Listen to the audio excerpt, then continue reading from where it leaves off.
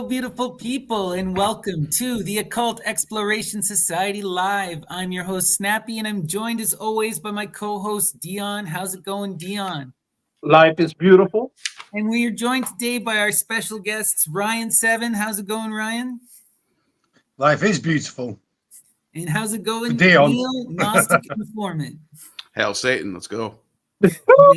Amazing. So before we get into things, we do want to address a little bit of drama that has come up recently between our friend groups. As many people know, Neil and Dr. Ammon are close friends of ours, and a lot of people have been talking on our Discord, Myth and Lore, and have been posting in our comment sections, asking if there's a feud or a disagreement going on between you and Ammon. They'd like some clarification. Several people saw your live stream where you were talking about the origins of the Septuagint, and they saw you making some jokes where you were whipping like Dr. Ammon. Anyway, people are thinking that there is more going on than I think actually is. And as far as I understand, this is an academic disagreement. This is nothing personal. This is about understanding the sources in the history. Do you want to talk about that? And by the way, if there is anything personal, it's only between me and him, and it's not public. People who air out personal disagreements make me sick, to be honest. And there's people who try to get close with Ammon. I've known Ammon for like almost 3 years now, I think 2.5 years now, and I've seen people try to get close with Ammon to the point where they want him to be his cult leader.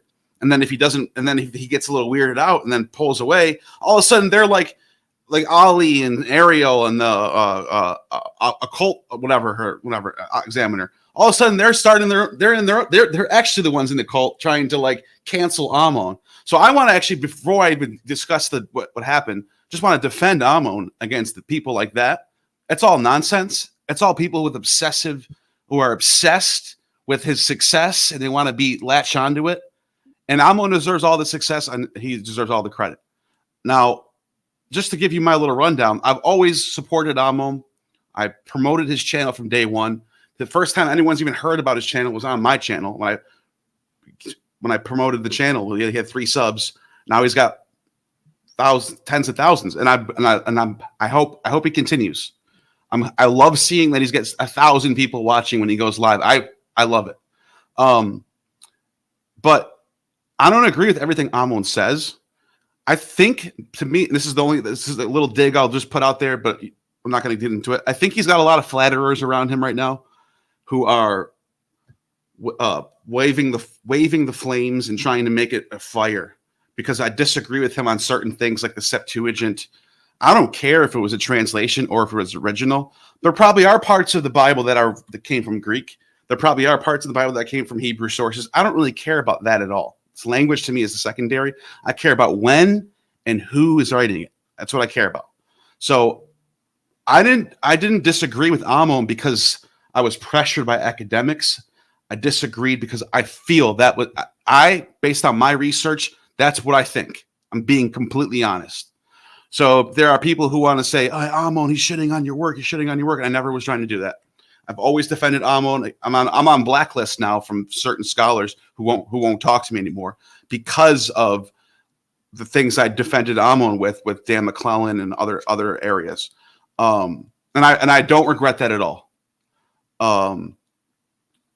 Ammon is Ammon, and he's got his ways of doing things. I think he's a little dogmatic on some things, but he's passionate, so he has every right to be like that. But everything that you've seen on that stream, as far as me doing the whipping, and I'm joking around and I'm disagreeing with him on the text, but I don't think him as a person deserves to be discredited in any way.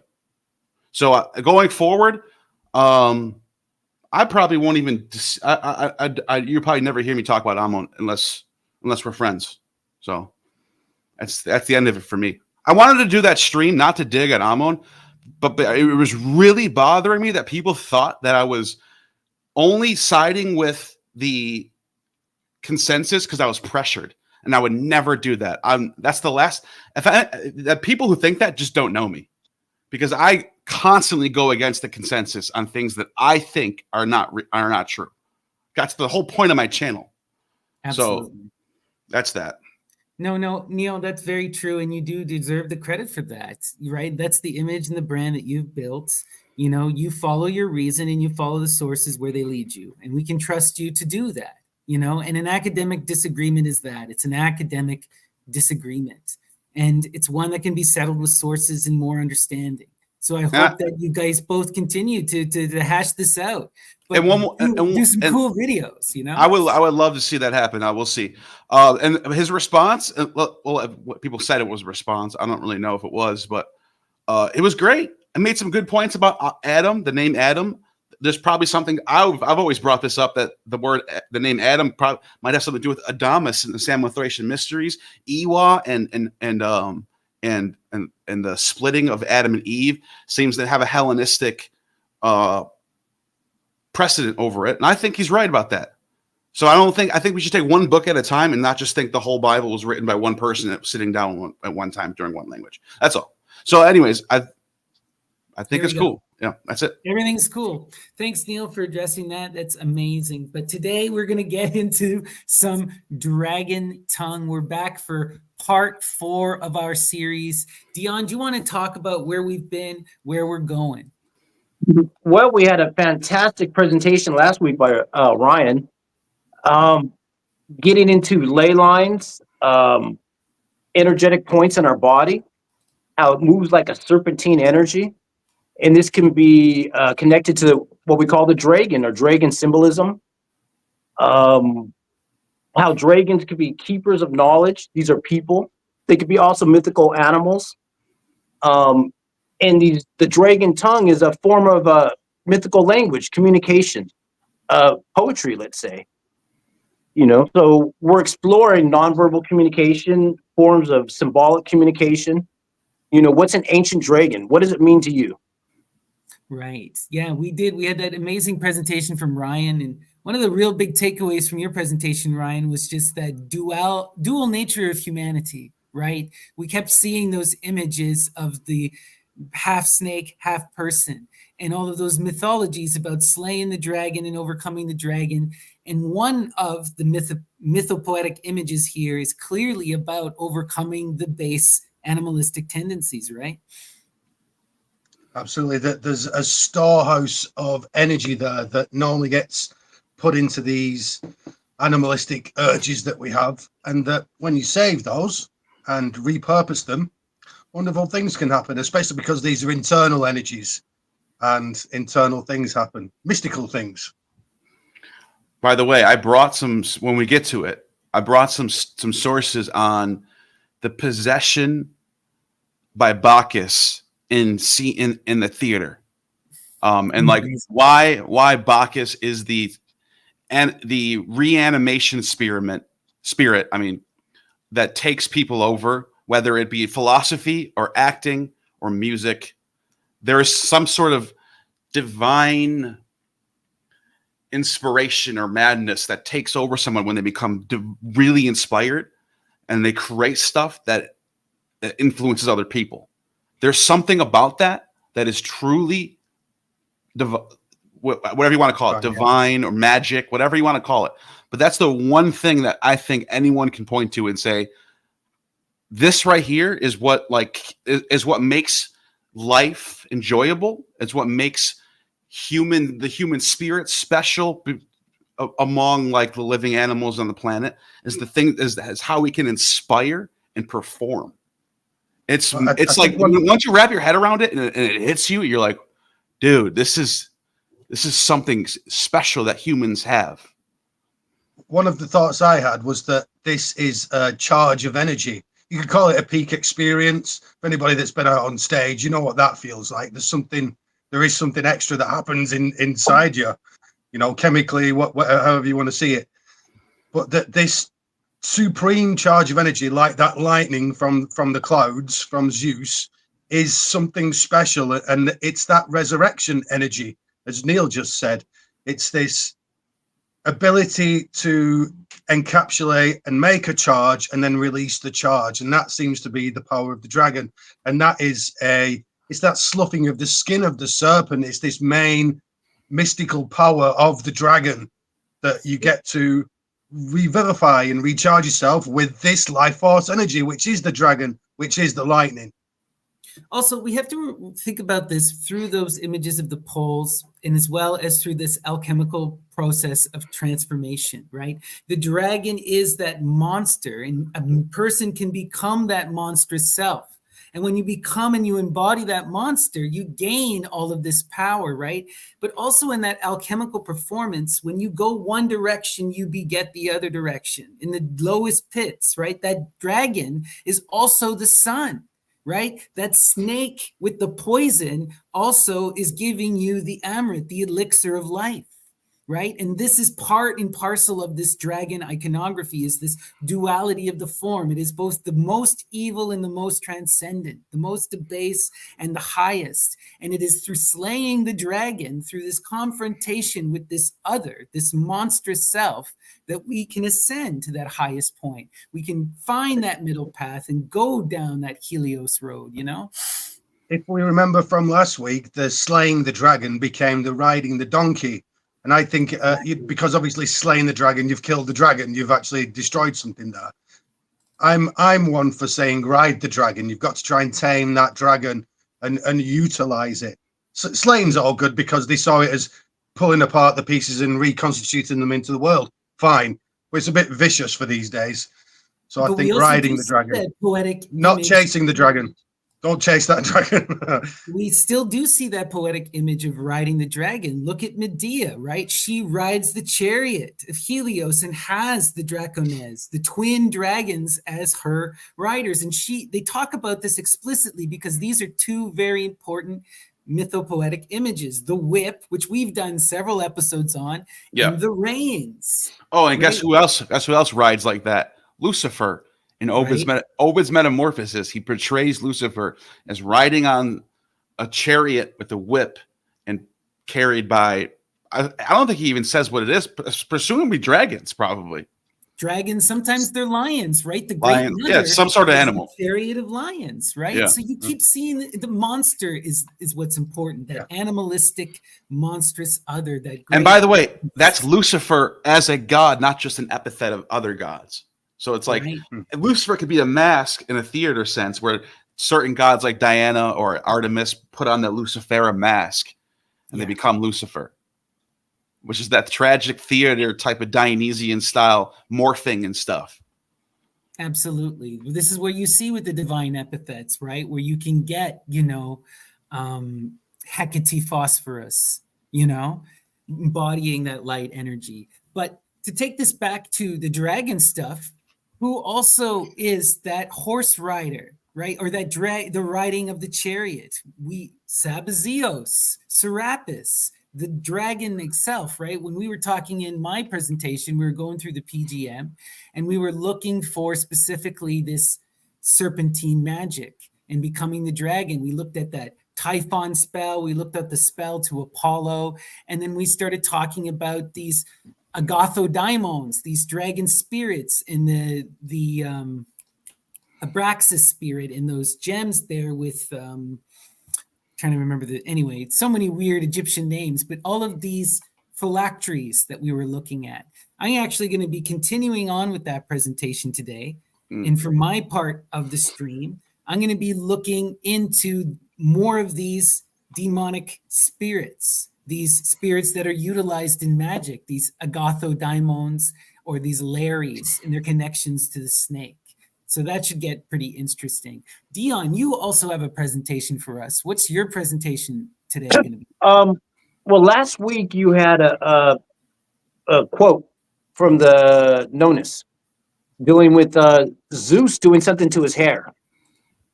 And it's called The Ornament of Bacchus. And that's the title that I put on the episode there. And my presentation is what happens when we channel that snake energy, that serpentine energy up our spine, coils and goes to the top chakra, let's say. And it comes out and becomes our hair. A magic power, a sixth sense. You know about Samson and Delilah, the cutting of the hair. And so I'll get into a whole thing and I'll show you how this is related to serpents and dragon hair and Dionysic energy. Oh, wow. Yeah, yeah. So we could hit the first pick whenever you're ready. Here we go. Let's bring it up. Start with the old Etruscan, the Etruscan little bronze statue. Those spearheads or leaves? Do you know? That's his hair. His hair is done up a certain way. Interesting. And as part of it, what we're going to be exploring is doing up your hair, like snake style. We know about Medusa had snake hair. And Medea and the Toxicon and Amazons would play around with their hair, had energy, poisons in it. Plates, right? They call Yeah. them plates or sometimes locks. And that's the word. That's what we're going to explore. So go to the next pick. All right, we got some words right here. I suck. Maybe somebody could say these words for me. You put Kamoi. Go ahead. Bostiurikos. That's in English. You can read that. At the bottom. Oschophoria. Oschophoria. Yeah, Oschophoria, Bostrikos, and Upokomai. Now, these deal with hair.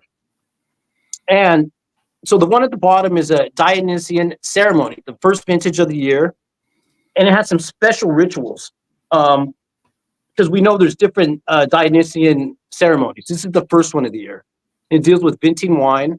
And the Bostrikos deals with locks. He said locks of hair or curls of hair. One of the definitions of it is cure of lack of hair, meaning maybe like an abundance of hair. And the word at the top is a word that is used even by Homer and different people. It deals with braids or shining hair or beautiful hair. And so let's go to the next pick and we'll break this down.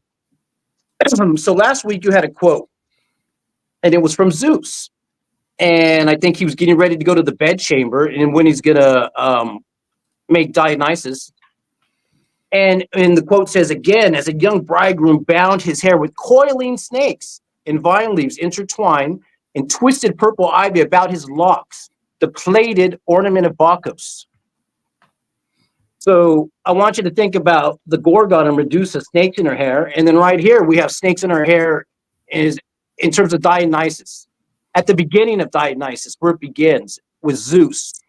Zeus as Dionysus or Bacchus with the snakes in the hair, the Medusa hair at that. It's important to recognize, right? Like this quote in the Dionysiaca comes, like you said, right? Zeus is about to have relations with Semele and then create Bacchus. This is where he sets her ablaze and has to then take her in his thigh. Right? Mm-hmm. And this is a really important thing, the taking in the thigh, because this is an allusion to gay sex, because most homosexual sex in ancient Rome was in the thigh. You know, it was thigh sex. They weren't doing penetrative sex, really. You know, so there's all these weird illusions going on. Wow. Well, and it gets even deeper because we know that once he was born, Hermes becomes like, it's not a nursemaid, a nurse father. Where Hermes takes care of the baby.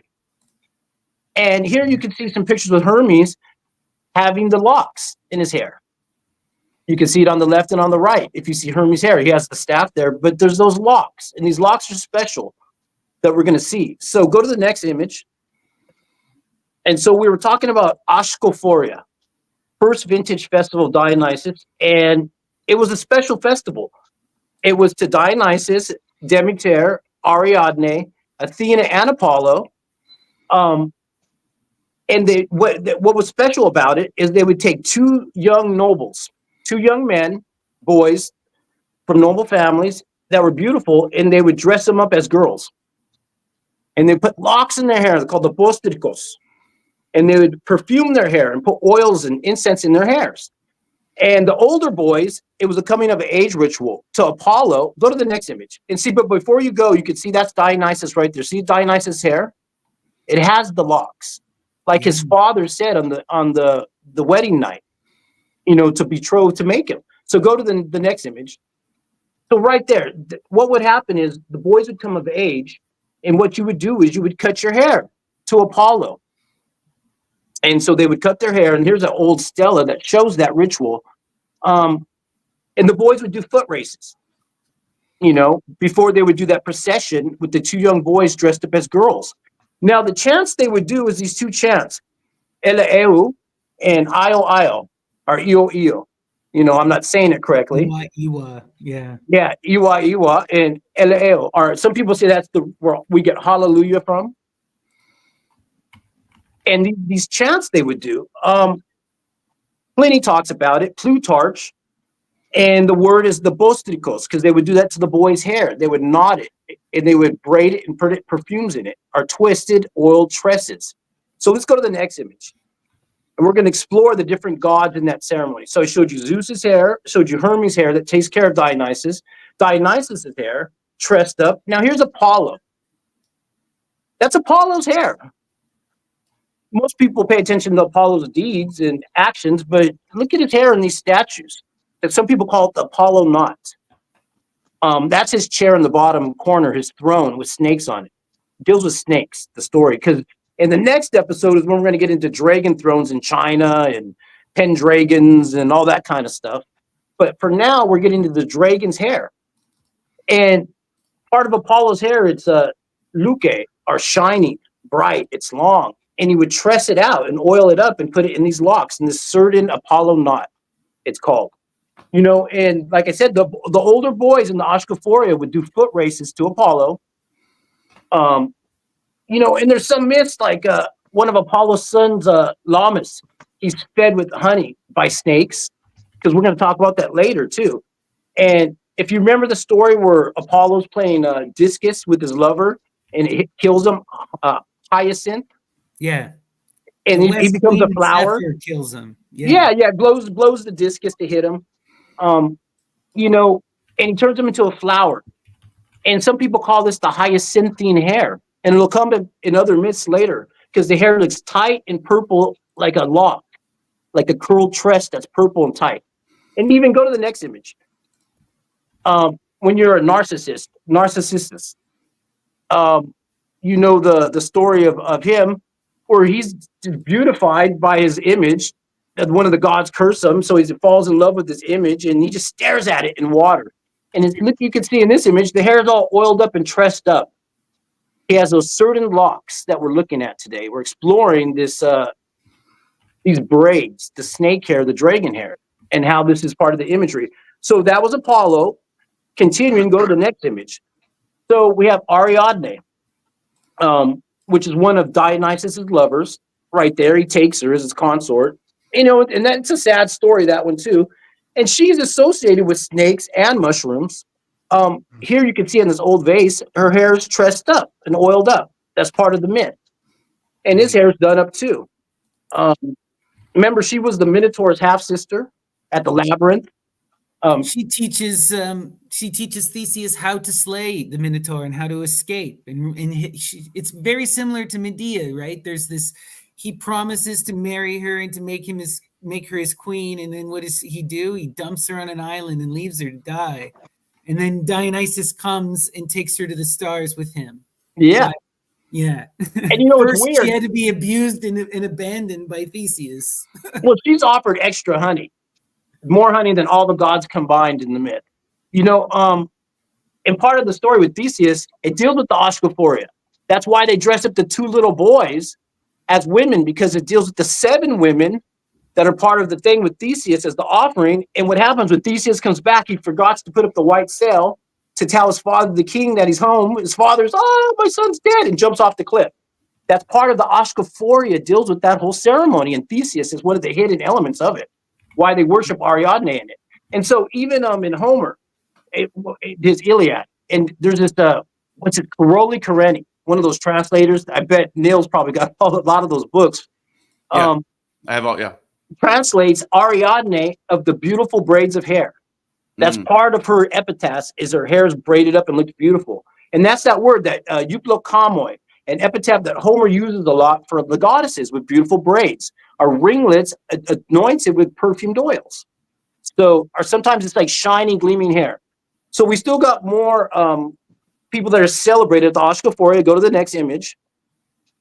And that's one of the terms right there. It's to make like a wasp, to pinch into in at the waist and to bind tight. It's, the skifu, the sifku, however you say it, is part of the term what they do to the hair. And that snake You really hair. are dreading it, basically. Yeah. There was in your hair determined your status in Greek culture as well. And so go to the next image. And so I'm sorry. Oh, it's all I right. It's lost all right. one. And what it was, that was going to be dealing with Demeter, who's worshipped at the ceremony, but she's worshipped under it's called Melania. She's the black one Yeah, the because black she wears version. all black. Morning. And what's the author? Pausanias, if I'm saying it right. Pausanias. Pausanias. Yeah, he talks about there's a cave where she has hair like a horse with snakes, Oh wow. and it deals with ergot, and it's a weird thing. So here though is her daughter, because remember, and this all deals with the Oschophoria Festival and braiding of hair and Dionysus. Now here we This have is the Corey. Corey. Yeah, Yeah. this is Corey's hair Wow. on some of the famous statues. Her hair is a certain way. Is it supposed to be And- wheat? I got a wheat impression from the Oh, from we the love young it. We lads love that it. had We the love it. We Smith love it. We love it. You know, there's illusions. Remember what happens to wheat when it funguses up? It turns what? Purple. And we get that ergot. So let's go to the next image. And so the one on the right is a kuros. That's a young naked boy. And the one on the left is one of their hairstyles, oiled up tresses.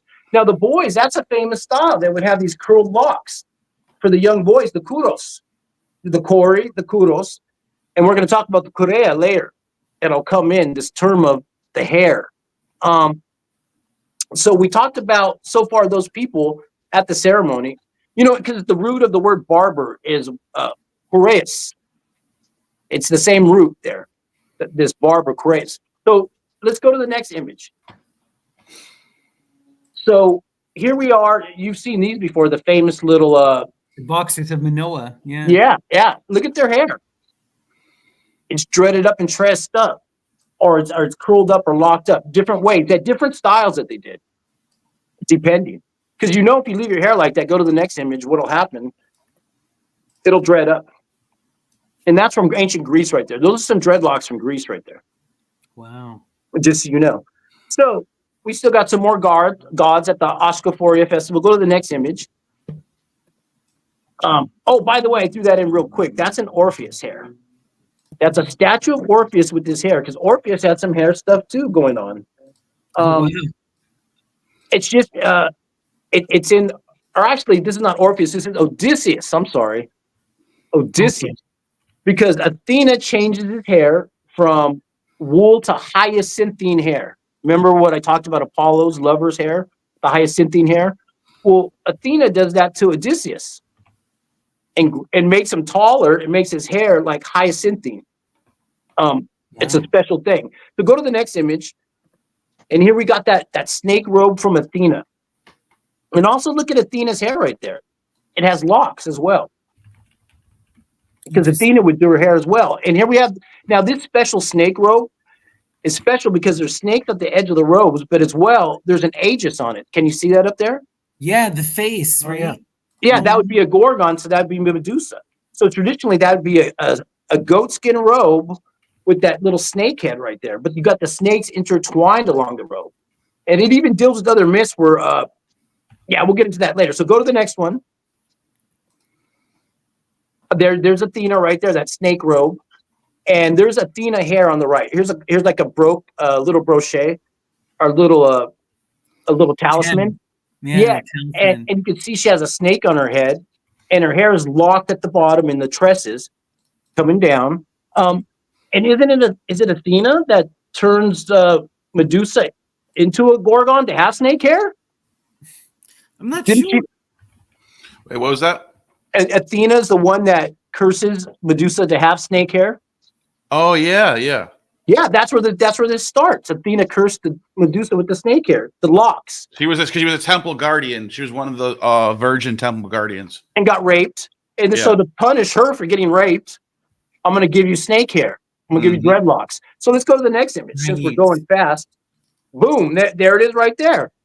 And you can see, not only does she have the gorgons around her waist, or the snakes, the bearded snakes. Remember we were talking about bearded snakes last time? Right. And her hair is dreadlocked up. Go to the next image, and this will prove there it is. Here's an image of Medusa with the wings, and her hair is locked up. You could see it right there, her hair. Wow. It's in the braids. So maybe Medusa had braids. We're talking, or if we had a real life Medusa, maybe she had real life braids. It's a snake hair. It's a sign of a snake queen, or it's a sign of a title, let's say. Go to the next image. I found this one's a special one of these old statues, and it had 7 braids. 7 snake braids. Because we're going to get into 7s later on. There's going to be a lot of 7s coming up, but having 7 braids at that. 7 snakes at the top of your head. So go to the next image. Anahututsi. I found another myth that deals with Cherokee, a Cherokee shaman who's actually Shawnee, kidnapped by the Cherokee, and he kills the Ukenta, which is the famous bearded dragons of North America, and the dragon's poison falls on his head, and he grows a snake off the side of his head. This is the famous Cherokee legend.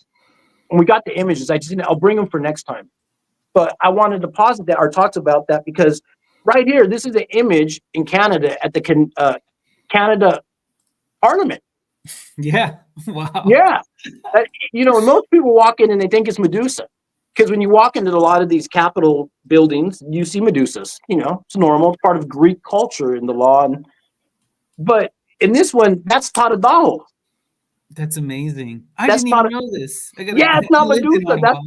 That's Tadadaho at the Canadian Parliament building where all the leaders go. I've been in this building like 1,000 times. Yep. And that's a Tadadaho right there. And it's important because we talk about a Tadadaho because he has snakes in his hair. That's the actual title today for Iroquois chiefs. Yeah. Is you're a Tadadaho. That means you have snakes in your hair. Then the term meaning he with something wavy or curvy in the hair or crooked in the hair. And the guy who fixes that problem, Hiawatha, the shaman, his name means he who combs it out of your hair. Yeah. And this is important because when we talk about names, we just think of like George or Bill or Jason. But in ancient times, if you said Tadadaho, they would say, oh, he with snakes in his hair. If we said Aphrodite, you would say, oh, she of the foam, the woman born of foam. See, because we're not looking at it in terms of their symbolic names, what the names mean. When we look at the gods, we just say their names. But in Native American lineage, when you say the name, you get an image of their symbolic meaning of who they are as a person, the name that's given to them. And that'll help you unfold all the other myths if you treat these Greek gods by what their names mean. That's half of it, the etymology of their name. So let's go to the next image. So that's Tadadaho right there with the snakes in his hair. And that's part of the myth. They combed the snakes out of his hair. He became the peace leader, first democracy in America right there. And he went around to the other tribes. And it's a story that it starts off with cannibalism. And the story is almost like Narcissus. How do you say his name? Narcissus. Narcissus. Yeah. Yeah, okay. He's staring in the water at his beautiful image. Well, Hiawatha starts off as a cannibal that on the top of his house is Dekanawida, who's very beautiful, but has speaking problems and is looking down into a pool of water or the pot that he's about to boil some cannibals, some humans. And he sees that image, and that's what pacifies him, that beautiful image in the water and the hairdo and the whole thing. So let's go to the next image. Yeah, there's also, I just want to bring up that because there is that Jiganase, the great virgin, who is able to tame Tadadaho, because Tadadaho also has all this weird magic associated with the snakes. They say he has the power to kill from afar. Makes you think of Apollo and Hecate, the far shooters. And he actually kills 3 of Hiawatha's daughters, because each time he goes and tries to convince him to give up their fight and join the Confederacy, he kills one of his daughters from afar, but he can't blame him. And then until finally Jiganase goes and manages to convince him to look into the pool. But the young virgin girl has to go and do it. Mm-hmm. So that's why they say there's 3 great peace, like to bring about the great peace. You have the great peacemaker himself, you have Hiawatha, and then you have Jiganase. Jiganase is her name. Oh yeah, that's right. But yeah, sorry. No, all good. Now, the idea of the snakes in the hair right here. These are Mayan images with these dreadlock and snake hair, because we've heard of Quetzalcoatl, Kukulkan, the plumed serpent, the serpent with wings. And this all deals all with mathematics too, and keeping time with astrotheology. They get into this heavy. But go to the next image. Right there, the plumed serpent. On the right, you can see how they do up their hair and put herbs in it, leaves and snakes and stuff. And the one on the left is an actual serpent with feathers around it, plumed. Like the basilisk. We talked about that image too, of like a serpent with a plume on it. And in other myths, Quetzalcoatl has a beard. They even put that in the 15th century codexes or whatever. When they went over there to take over, the Spanish monks wrote that Quetzalcoatl had a beard. He had a long white beard. But what they say, it's more Luque, and that he had long white locks that came down and covered his face, because we're going to get into that later. So go to the next image. All right, there's Quetzalcoatl right there. And he's not necessarily a snake. He's a man with plumes coming off the hair right there, and he's killing the snake, or the snake is eating somebody. Or in some images, the snake, a person is inside the snake as a symbol of going through time. But go to the next image. Boom. So the one on the left and the one on the right, that's Shiva on the right, doing the dance in the ring of fire, in the hair, the serpents. Look at the one on the left. He's holding the two snakes, and the hair's coming off, or the things. They look a lot alike, and they got this thing on their head. And we'll get more into that. The power of the dragon's hair. So go to the next image.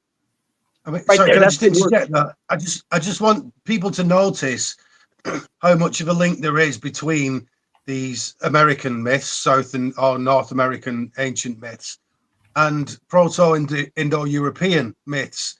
In fact, they used the swastika and only got rid of it after they were asked to after World War II. So that again is a symbol of the pole and all these myths.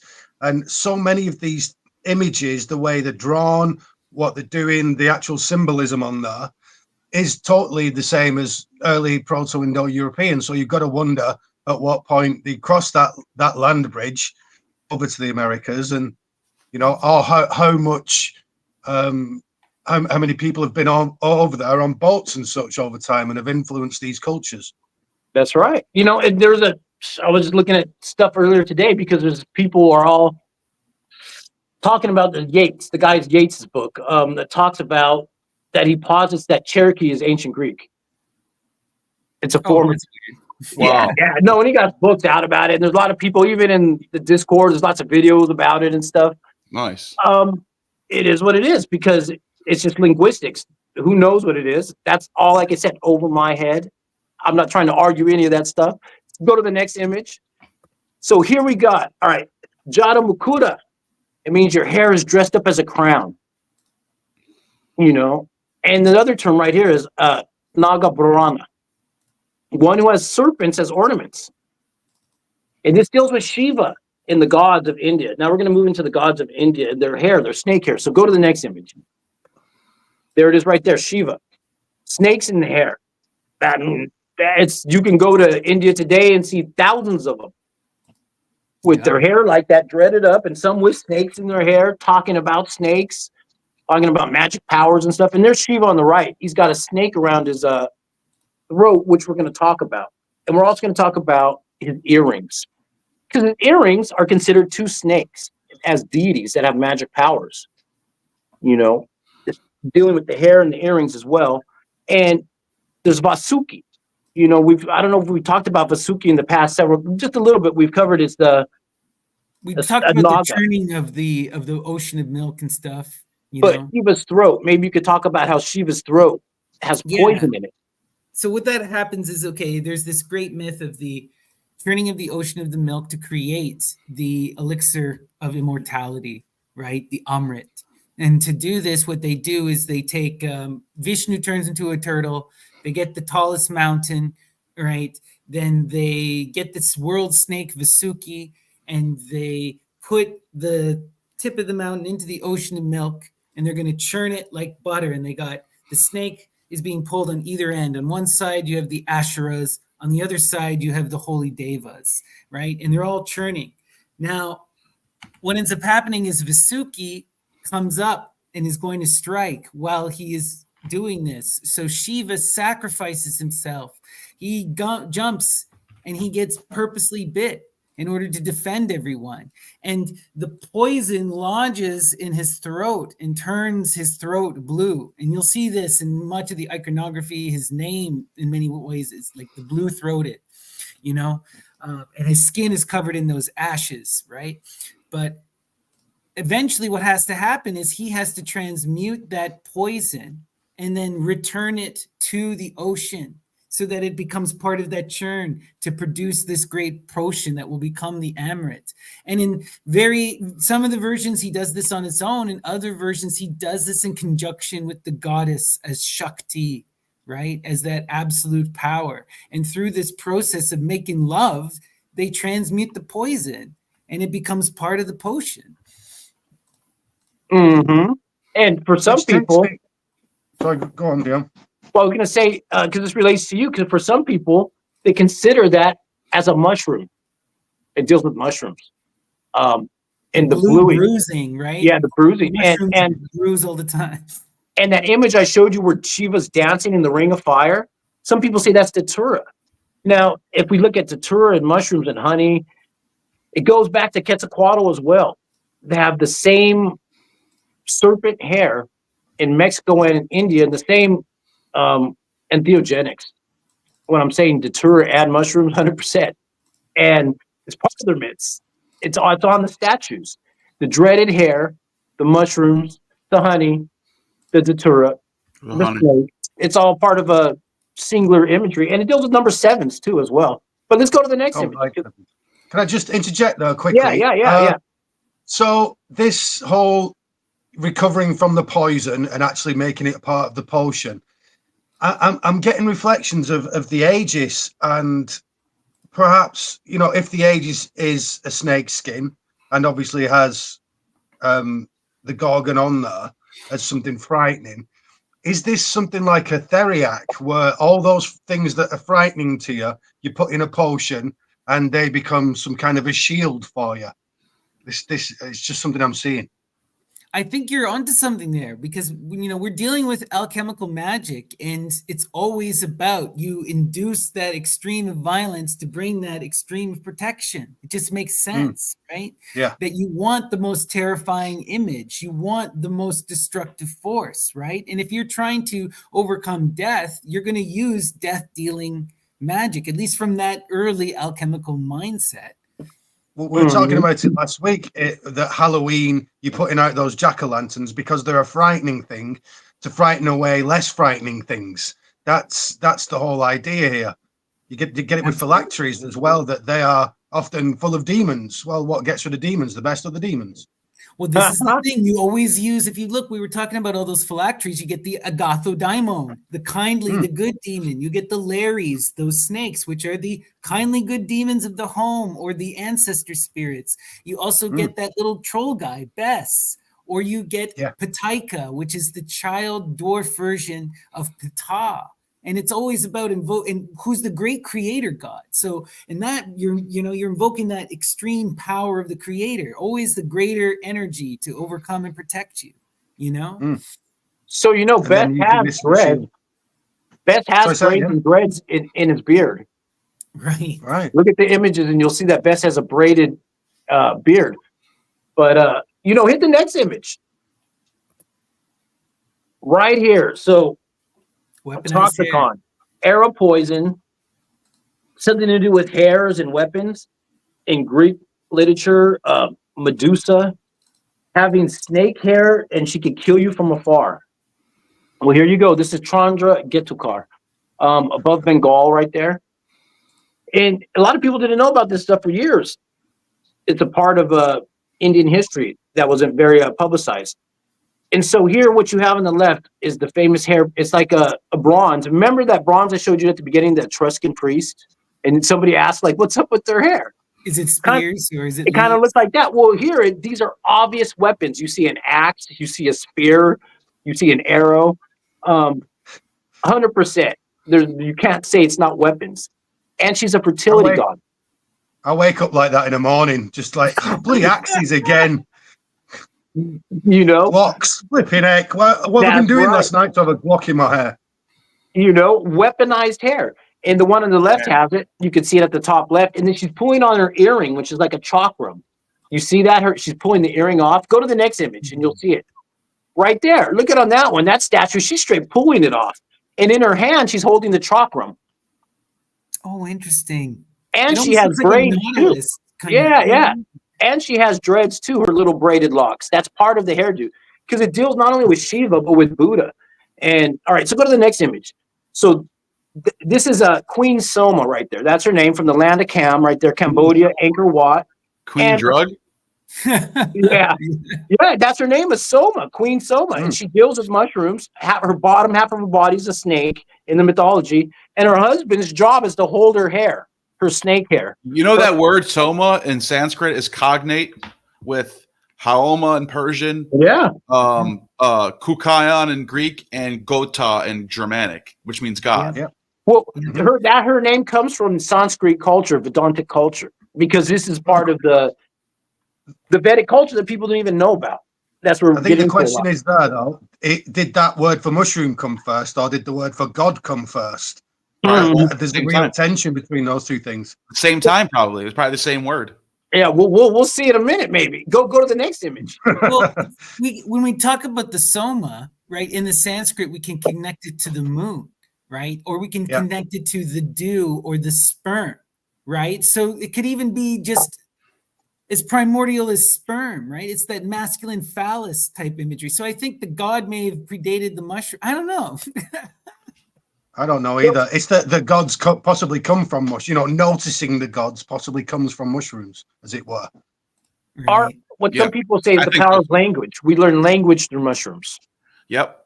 Because it rewires your brain to start thinking like more systematic, and then you start like saying like that means this means that. You start thinking like that. It's weird.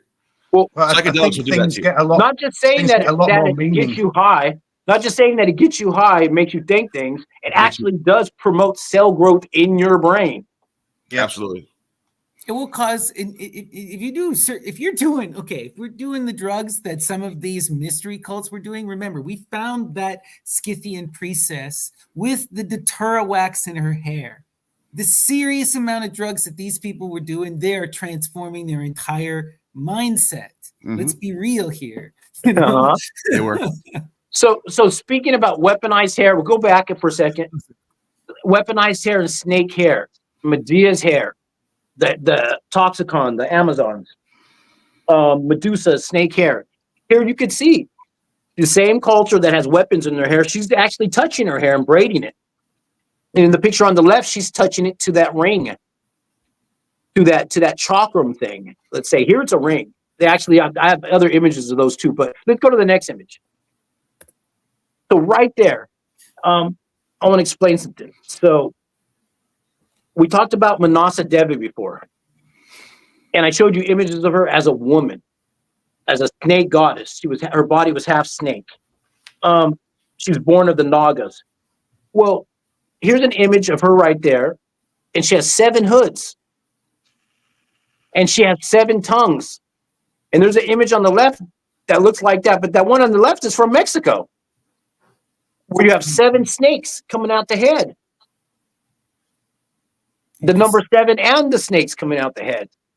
It is a thing. So go to the next image. And it deals with, here we got it all put together. It's Mukalinda, who was the snake god who protects Buddha. If people know, when Buddha's meditating under the Bodhi tree, a storm comes. So the snake comes that has 7 hoods and protects Buddha for 7 days so he can get enlightenment underneath the Bodhi tree. Now you'll notice that Buddha has a special hairdo. It's locked up. And he has a top knot, even though some people said he had an elongated skull or a bump on his head as well, not just a top knot. Go to the next image. So right there's Buddha's top knot is a mushroom on some statues over there. You got to go to Cambodia to get this stuff. It's over there. They get the good stuff where they mix the old Vedantic Hinduism with the Buddhism. I have quite a few images of Buddha under the body tree, as the body tree is a mushroom. It's much more common than you'd think. Oh yeah. So hit the next image. Damn. So here is Buddha, some images of Buddha. Here on the one on the right is, what do they call it? The Mahayana. Is that the greater vehicle? Yeah. And look, his hair is braided, and he has the Apollo knot. Remember Apollo? I showed you Apollo's weird knot that he Yeah, had. that bow type thing. Oh yeah, And they Buddha, definitely- Buddha got that same thing, and his hair's braided up. I've been saying for a while that Buddhism, I think, comes from the intermingling with the Greco-Bactrians in the East. They were living in modern day Afghanistan, and the Indians, and they're putting together Dionysian, Apollonian figures into their philosophy, coming up with Buddha. I think the Buddha is a real person, by the way. I think he was inspired by the Bacchus way of life. And by the way, put a footnote what I just said, because I'm going to talk about this when it's my turn. Love it. No, because that's what we're showing. Because there was a book, was it Elaine Danilou? This is Yes. kind of inspiring that. Like, hey, Elaine, I'm looking at their hair, and their hair is really showing me that there's more connections than people think. Go to one more image. I just got a few more, and we'll drive it home. So, Avalokitesvara. I know I'm not saying it right. Yeah, the Bodhisattva of compassion. Which could be Kuan Yin, could be male or female. So right there, look at the hand sign, first of all. Throwing up one of those little rudras, the hand signs. And Kuan Yin's hair here, or Ava's hair, is locked up in dreadlocks, straight dreadlocks. And hold with the dragon on top, a dragon crown. Look at this. Did you know that Kuan Yin is the deity of Chinese alchemy? Yeah. What are we looking at, Neil? So, can you just make it bigger? I'll tell you what it is. See the head that you're just talking about? The hair like Oh, that? Greco-Bactrian Buddha, right? Yes. This is a Greek influenced statue of the Bodhisattva. Bodhisattva. Yeah, And Isn't it's that the wild? Greco-Bactrian style. that's the with guy the we're just Apollo talking top about. knot. This is what I was going to bring this up later anyway. It's crazy that you talked about this. I didn't even know you were talking. I didn't even know you were bringing this up. How do So, we say that name again? Avalokitesvara? yeah, it's hard to say. And so, but we'll get more into that in the next episode when we get all to the Asian stuff and Pendragons from England and Scythian dragons. But go to the next image. All right. So I got a few more slides, and I'm going to show this in the Bible. This hair thing in the Bible and the dragon stuff. And I'm even going to use what Sir Lancelot Brenton. Do you guys know who that is? No. 1844 Septuagint. Septuagint, yeah, okay. I was going to say. Yeah, that's It's called Sir the Lancelot. Oh no, I'd be knowing about his family and everything. Just because if you're all going to make have a hip hop ancient Greek battle on it style of the Brenton- philosophers, then I want to do my jump in the battle and battle the you all guy- too. He's And the so- guy who took the three major church Old Testament Bibles, Codex Vaticanus, Codex Alexandricus, and Codex Sinaiticus, and he put them together and unified them into the Brenton Septuagint that we all have. I have it right here, actually. Well, you know, he was a sir. He inherited the title of a baron from his father, and his father was actually born in America. Is it? Yeah, it's a weird story, but we're going to get into that later because I just want to put the preface of knowing that I know what source I'm going to and how it was written. And then it makes you wonder where to get all that spicy thinking from in 1844 to put that into his version of it. So here we're going to go with Judges 16:19. I see what you're going. I see where you're going with that. And this is Samson. You can see that Samson has kind of dreaded hair, and we know Samson has that famous hair. And in the Septuagint, it says, having lulled him to sleep. Well, even before we go into the story of his hair, remember the time Samson kills the lion? And on the way back, there's honey growing in the lion, Yeah. hallucinogenic honey. And he takes that honey and he takes it home and gives some to his family. That crazy psychoactive honey that grows on dead animals. But here we go to Judges 16:19. And before this, she does some weird stuff, Delilah, because she wants to know a secret of his powers. And he keeps telling her stories. She ties him up in ropes and like shibari, and he breaks free. And so finally, he says, well, if you tie my hair up a certain way. So she ties his hair up and attaches it to something, and then wakes him up. And when he wakes up, it's supposed to rip off the wall, but it doesn't. That's before she ever cuts his hair. She ties his hair up to a weave, like a spindle. She tries to weave his hair into something onto the wall. Like, remember we talked about the slave when you put the hole in their ear on the wall, Malchus, and that kind of stuff. So So right here, so what happens? Having lulled him to sleep between her gonata. It says it. In her colpos. Okay. And gonos means it could be, you know what gonos is? That's gynecology, that's your inner parts. Gonata is your knees. But Gonads. They call it gonads. Gonads, yeah. If we just changed a couple letters, he's between her legs when he falls asleep doing something. And then what she does is she calls the chorea. Remember the word chore I showed you? Dealing with the hair, chore and the kurios. Well, she calls the chorea, the barber, which the root of it deals with the virgins somehow. And so she comes, and what does he do? He shaves the 7 bostricos. Seven of them. Seven bostricos. Oh my God. The bostricos that are in the Oschophoria ceremony with the 2 boys dressed up as girls for Dionysus. Has anyone else ever? Did you get this from anyone? Did you discover this yourself? No. We're just the Muse and you guys. I get it from Amen, from you, from Discord. It's the Muse. We're exploring this stuff. So go to the next image. We're going to get into this deeper. So here we have John's hair. You can see it's locked up right there. His hair was supposed to be in wild. He's a wild boy up there. He has the techelet right there, that blue, because we know that's that blue right there. That's your purple, because you know Moloch makes blue as well. I mean, it's just different color. This is the perfect example of a human Bacchus, John the Baptist, living out in the wild, eating honey and bugs. Milk and honey, and bugs. Dude, that is a Bacchus right there. That is a human Bacchus. He's eating honey and bugs, and there's even more to it. And he's bathing, he's doing baptisms and stuff. Yeah, go to the next image. Check this out. So remember when Salome cuts his hair, or cuts him, chops his head off because he won't make love to her. She does the dance of the 7 veils, you know, and they cut off John's head, and John gets mad. Here's what happens. There's a book. How do you say his name? Serapion? Yeah, Serapion. Yeah. It's called The Life of John by Serapion.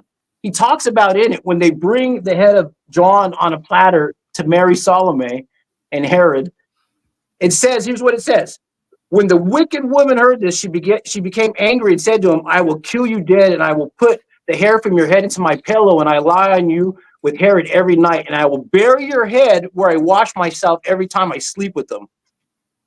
Oh my gosh. That's the Serapion. But so then what happens? So here's what happens. So they bring her the head then, and here's what happens. Suddenly the head of the blessed John let the locks of his hair loose from the plate, spread them, and flew to the center of the room in front of the king.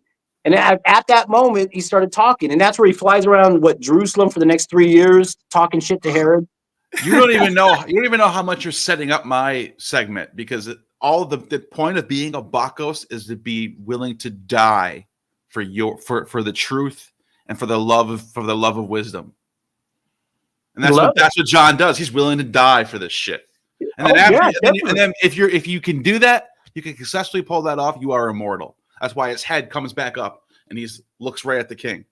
Yeah, it says the first thing that happens is his locks start flying off his head. Those dreadlock snake hair takes him up, the plumed serpent, and he flies up and he prophesies. Go to the next image. Well, it's also important that he's flying around, Dion, on something very important. A charger. The charger, the Seder plate. The Aegis shield. That's the Aegis shield. That's the Aegis shield. Right. It's putting that. I mean, I've got to show it. So for me, all these are shamanic motifs. Every time you've seen 7, it's those 7 nerve endings. And when you're getting beyond them, when you're able to spread them out and fly, that's you're off your head. It's an ancient motif. Yeah. Well, it's also your 7 chakras flying out the top. But they're also it's also all these dead martyrs are always food at some point. They become, you have to eat them after that. You're eating their words after they die. Like you know what I mean? Jesus' flesh, John the Baptist's head is on a platter, Prometheus's blood, the ichor. You got to eat them after they die. Yeah, it's that the power is contained within there. We've said that about dragons in drugs. There's a dragon in the drug. You eat the dragon, you gain the power of the dragon. right? And this is even encoded in one of the earliest versions of this dragon kind of type story, right? In the original story from Egypt, first you have Seth slay the dragon and he eats the dragon. And then later Seth slays Osiris, rips him apart. And so Isis goes on her search for Osiris, and through finding all the parts and then consuming them, gives birth to Horus the child, which is Osiris reformed. Then what does Horus do? He goes and kills Set. And what do? They roast him and eat donkey. Yep. He avenges. Donkey. He avenges the father in the underworld. Yep. It's slaying the dragon again. It's that same motif. Yeah. It's Set being the negative parts of yourself. I mean, in some of the mysteries, they team up and become brothers and help each other. And you see many motifs like that, churning of the world, the snake, same motif, just over like a heart and lungs.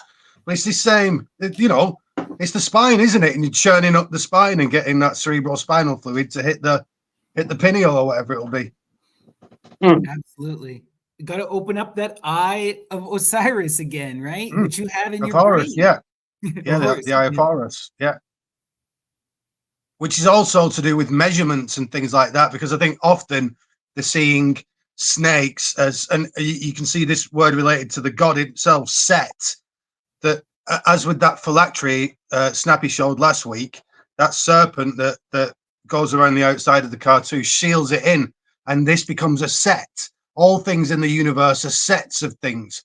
We can say there's 3 of those and 4 of those. They're not the ultimate 3 and 4. Those are metaphysical concepts. However, they are sets of 3, sets of 4. Dion is a set of human. Do you get me with all these principles?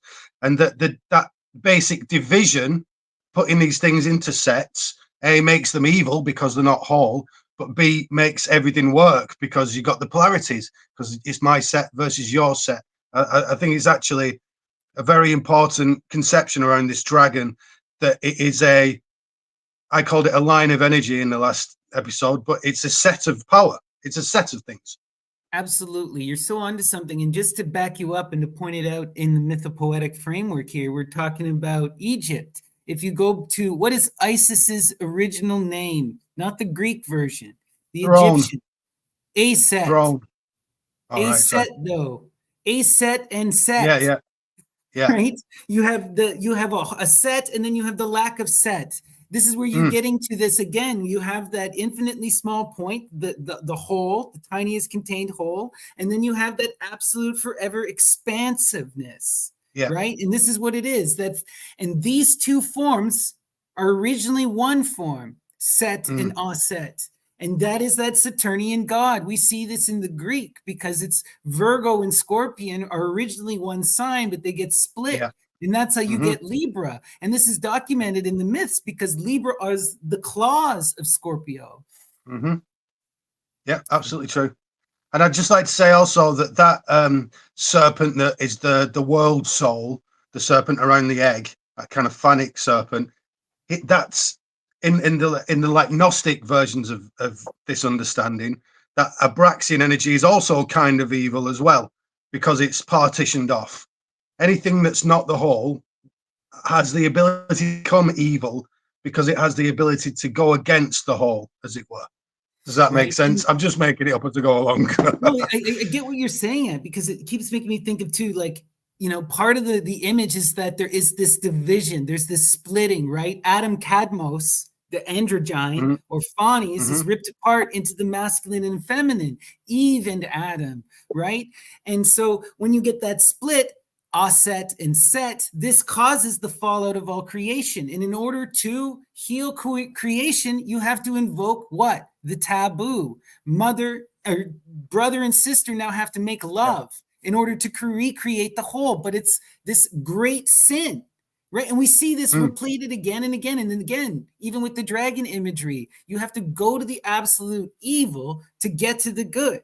In order to find that power, you have to look where you're not supposed to look. You have to engage in the taboo.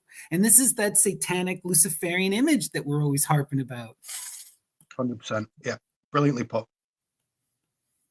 sort of rant there, Dion, and All derail your good. All good. presentation. Sounds good.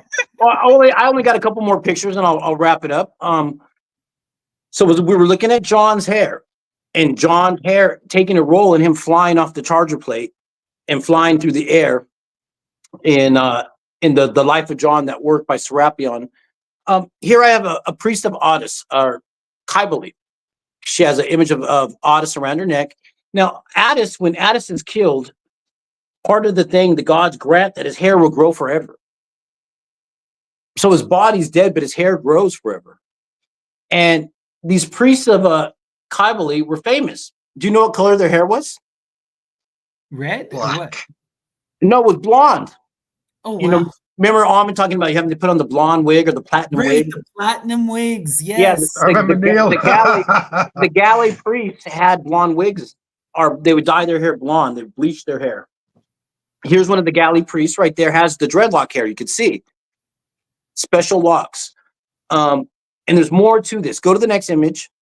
You know, and even Muhammad, there's hadiths that talk about he would braid his hair into 4 braids before he'd go around the Kaaba stone in Mecca. And he would also dye his hair, the tips red. Because you've seen sometimes Muslims, the red on the beard. Yeah. Yeah. Yeah, it's part of henna, you know. And so here I want to talk about the relationship between the galley priests, the bleached dreadlocks, and also with Jesus too. And you know, we saw the galley priests, they wear female clothes. These were men who were feminized for the goddess Kybele. Here, Revelation 1:13. And in the midst of the 7 candlesticks, one like unto the Son of Man, clothed with a garment down to the foot, and about the pap, and girt is the word, girt about the paps with the golden girdle. Your So paps are your girt- breast. Yeah, he had a girdle. Yeah, gird is important because that means to bind your breast. One of the Yeah. epithets of Hecate is she's ungirded, right? You know, she doesn't wear a bra. you know? Right. And so it was the 7 candlesticks, because we're at Revelation 1:13. Go to the next one, and I'll get into Revelation 1:14. And this deals with Jesus's hair. And it says his head and his hairs were white like wool, as white as snow, and his eyes were as a flame of fire. Now, you see 2 words white right there. Well, those are not the 2 same whites. If you look it up in the Septuagint, once again, with Sir Lancelot, he's using Luke and Lucon. And in the first one, the Luke means to bleach. His hair is bleached.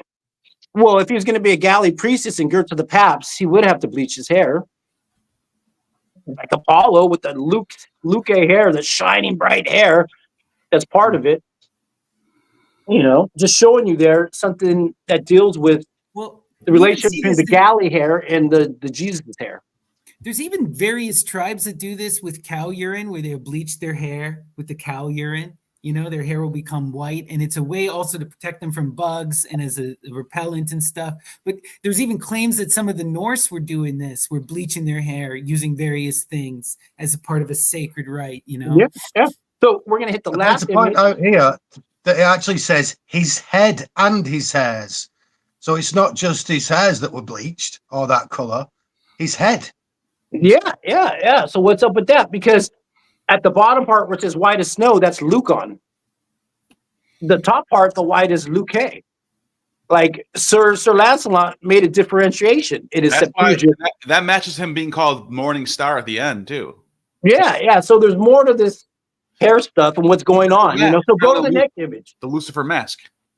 So this is my last image right here. That's Sabazios. Really? That's Sabazios, and look at his hair locked up. Wait. This is what they're saying. This is Sabazios, or you're saying this? No, they say it is. It's written on the statue. Whoa. Look at his hand sign.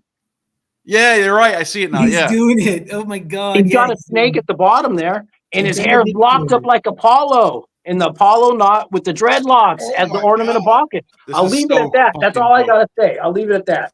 Y'all take over. Now That we're was getting into crazy. it. That's a Bacchus right there. That's the image of the Bacchus. The ornament of Bacchus. That's what we're talking about. Is that representation of your hair? So I have. Sorry, Dion, finish your thought. No, I was just gonna say, we can see something in his hair tells me a story. Right. It just looks like hair to somebody else, but I saw something else. So can I ask you guys, because I still feel slightly in the dark.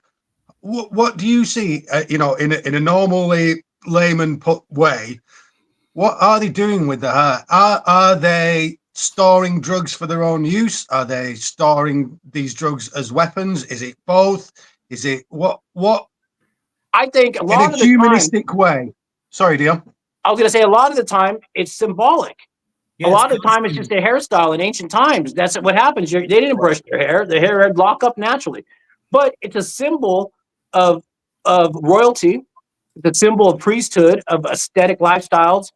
It has symbolic values, but I'm trying to show you it has functional value in that the mythology of Medusa and Medea having arrows in their hair is not so theoretical after all. That this is, you got ancient cultures that showing weapons in their hair, weaponized hair. What I think is that, like, at one point, right, we have too many attestations and too much evidence to deny. At one point, there were these Amazonian women who braided their hair with drug-infused wax that was used to poison arrows. That is certain. That happened. But what I think comes after that is costume and performance.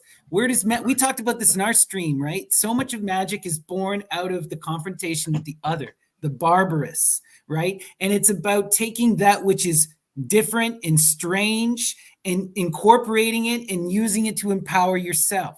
So these people want to then be snake-like and powerful, so they get dreadlocks. It's like almost like a cultural appropriation, but more so it's about a magical costuming.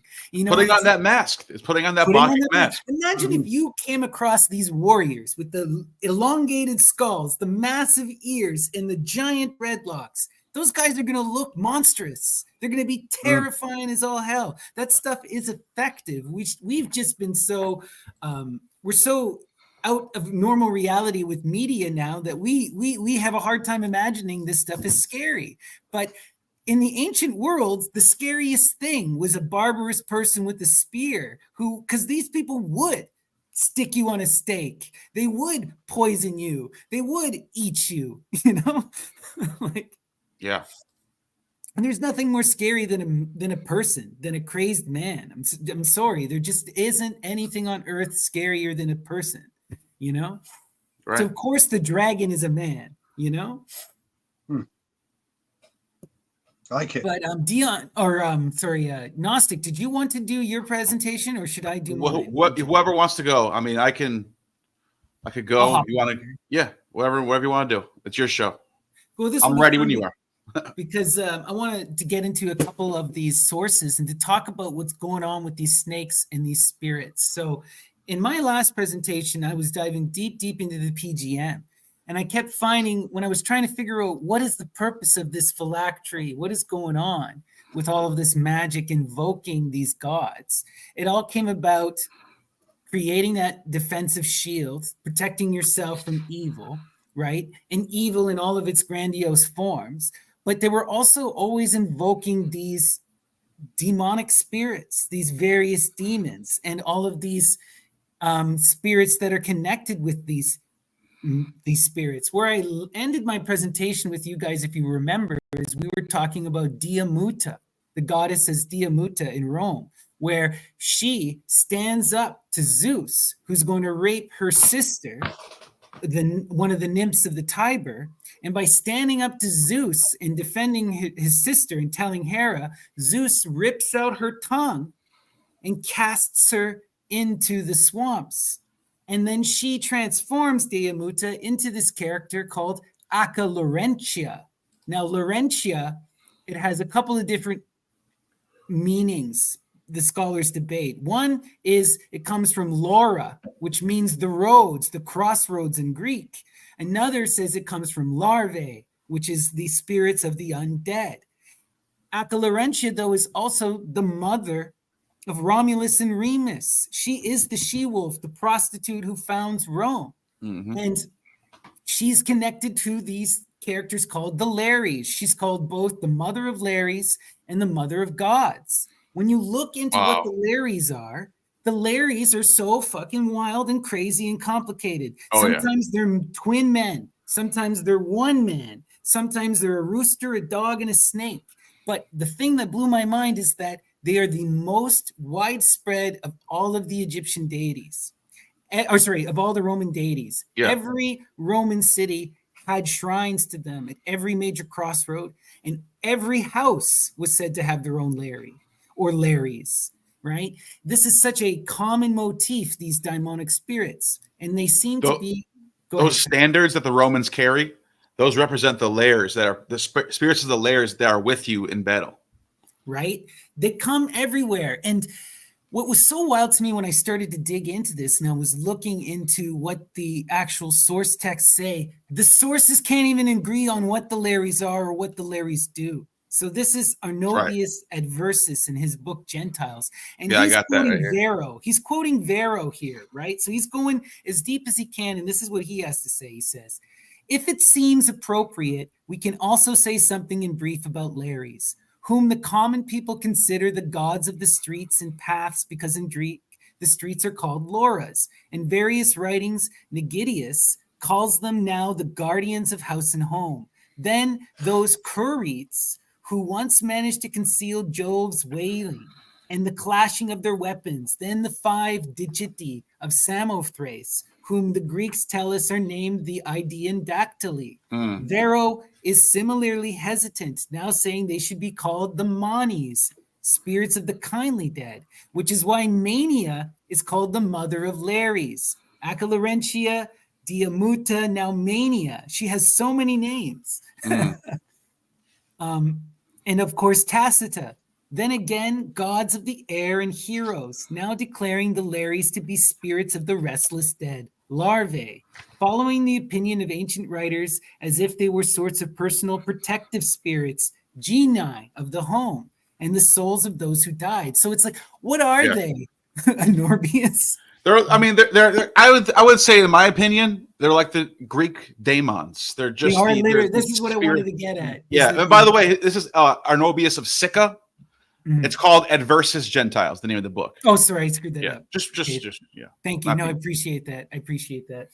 But yeah, so wild source that I found there, and they really remind me the Larrys of the Gunnas in the Shaivite tradition, which are the attendants of Shiva, right? Who is that underworld deity? Yeah, exactly. Same thing. And as we know, the Curites and the Idaean Dactyli are the attendants of Dionysus and Zeus, right? And I wanted to get into this. Here's a picture first from Pompeii showing all of the various Larii. I love this image. By the way, this image shows up in many cities. Yeah. So it was like a common family image that would be put on your walls. But it's so important. When I was reading the source text and they're talking about all these various stuff. So you have the twin serpents, okay? And one of them is bearded. Okay, and one of them one is clearly masculine, and one is clearly feminine, all right? And they're both going to this sacred pillar. Then at the top here, you have the 2 twin Larrys. See what they're holding in their hand? The horn of oil for Christing. Yep, the horn of oil for Christing. The horn of oil, yeah. And then in their hands are these Dionysian buckets that were for getting wine poured, and sometimes they'd pour fruit in with it. And this was at the Dionysian festival. You would have this, okay? Those are the Christers. Yeah. Okay, then this looks almost the same as that Babylonian image that I showed last week with the 2 Apkallu fish priests stood around the tree. You know, it's always this same polarity stuff. I see what you're getting at, Snappy. I like it. Right. And you know what's in that jar? That's where the sacred drugs are. That's where it is. Absolutely. You pick out from the chest to get initiated. Yep. And what's also, though, important here is that we also see, the scholars have confirmed this, there's 2 twin children and a boar, okay? So the Larrys is also appearing as these different figures as well. And I didn't show it here, but often you'll see a rooster, a dog as well, right? And the boar and the snake. Those 4 animals representing the 4 quadrants. Very important. It's the seasons, isn't it? Yeah. So like the boar is often a god killer because the season of the boar comes at the same time as the end of summer. So it's the boar that kills the sun. Exactly. You see it. You see it clearly, right? And also the boar is this huge image with the Larrys because the boar is representative of the mother. The the pig gives birth to sometimes upwards of 20 offspring. And they used to, at this festival called the Compitana, they would sacrifice a boar and they would share it freely among everyone at the crossroads. And these are not standard crossroads that we understand. Sometimes you would have like 7 roads meeting. These would be the center of your city, right? Where you would also have your people shouting the news and stuff. So right at the center of your most important places, they'd have these shrines that would also be like places of feasting and worship, right? Where everyone was expected to partake, you know? And it was one of the few places in Rome where all of the various classes would actually confront each other, is at these shrines at the crossroads. Because most of the time they would not, unless you wouldn't get near noble unless you were the slave of a noble, you know, if you were a lower person. Here's an image I wanted to show. All these people in the background who are naked, these are the Curites, and this is Athena, but that was the only picture I could find. I wanted to talk about this. Or sorry, they were the dactyli. These are the only image I could find. Oh, Strabo equates the dactyli with the Corites. The Curites, right? So they're Cretan, and then there's Phrygian, the Cretan ones. But like they're and Samothracian ones. That's Samothracian ones, yeah. That's what Anorbius was also doing. Yeah. He's equating them all. The only thing I'm also going to add in is the Lares. The Lares are also part of this. Oh, and by the way, as far as the Lares goes, those little boy priests of Mars, I forgot what they're called right now, Salii. They would dance naked with just a shield. I think there was 12 of them or something. It's 12 of them. Yeah. And they would they're imitating the Corites and the dactyli. That's what they're doing. They're getting these rites from the east, from these Greek Cretan people, and these priests of Mars are imitating them. Absolutely. That was the whole point. Yeah, because the mother Acca Laurentia is said to have 12 kids, and then Romulus kills Remus to join in and to finish off the 12. He's somehow special, and she adopts him. But those are the 12, and then it's her money. She becomes the first bank of Rome. I just found it. Gets all wild. Here, I'll pull it up. Just real quick, just to show people what I'm talking about. The Salii, leaping priest of Mars, right? 12 patrician youths dressed as archaic warriors with a sword, a spiked headdress. Holy shit. I didn't even notice that till just now. Just like that Etruscan god. Yeah. And so they would dance and they would pretty much pretend to be these Curites. But anyways, the Curites, yeah. I just wanted to show you that. That's awesome. I love it. All right. So now I wanted to read to you. This is a quote from Apollonius of Rhodes, the Argonautica. And it says, when Anchialae knew her time of delivery was come, she went to the Idaean cave on Mount Ida, or alternatively, Psychro cave on the Lasthi plateau. As she squatted in labor, she dug her fingers into the earth, which brought forth the dactyloi Idaeoi, the Idaean fingers, thus often 10 in number or sometimes multiplied into a race of 10 times 10. 3 is just as often given as their number. They are sometimes instead numbered as 33. So when I dug into this, a lot of scholars talk about how you have the original Idaean dactyli, or the dactyli, then they all have these descendants, right? It's like it's this cause of generation. They create an entire new race. This becomes the Cretan people, right? And they come out of these fingers. And it's really about this descent of generation that gets ever expansive, you know?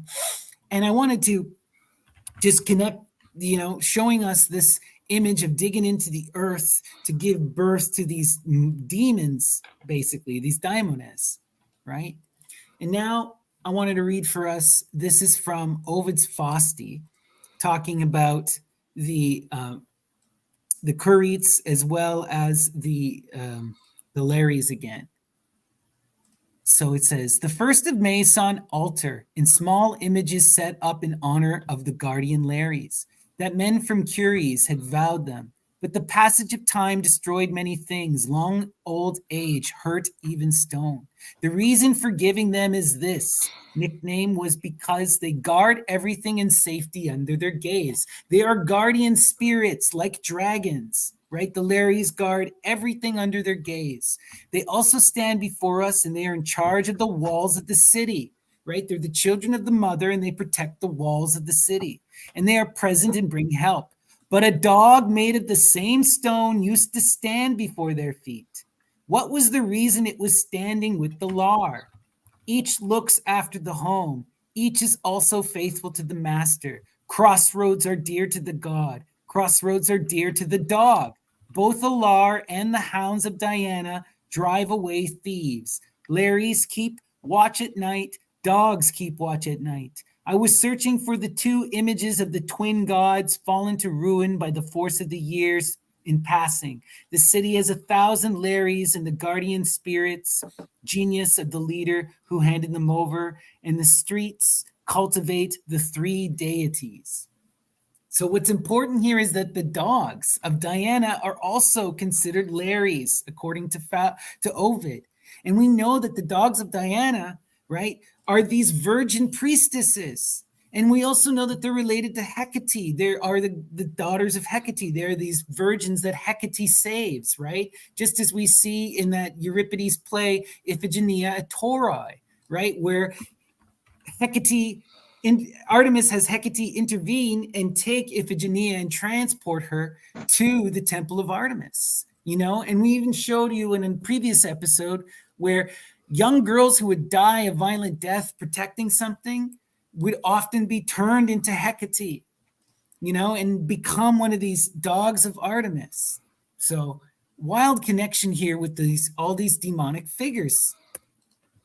And then I wanted to read for you, this is a really interesting passage. It comes from the Aeneid.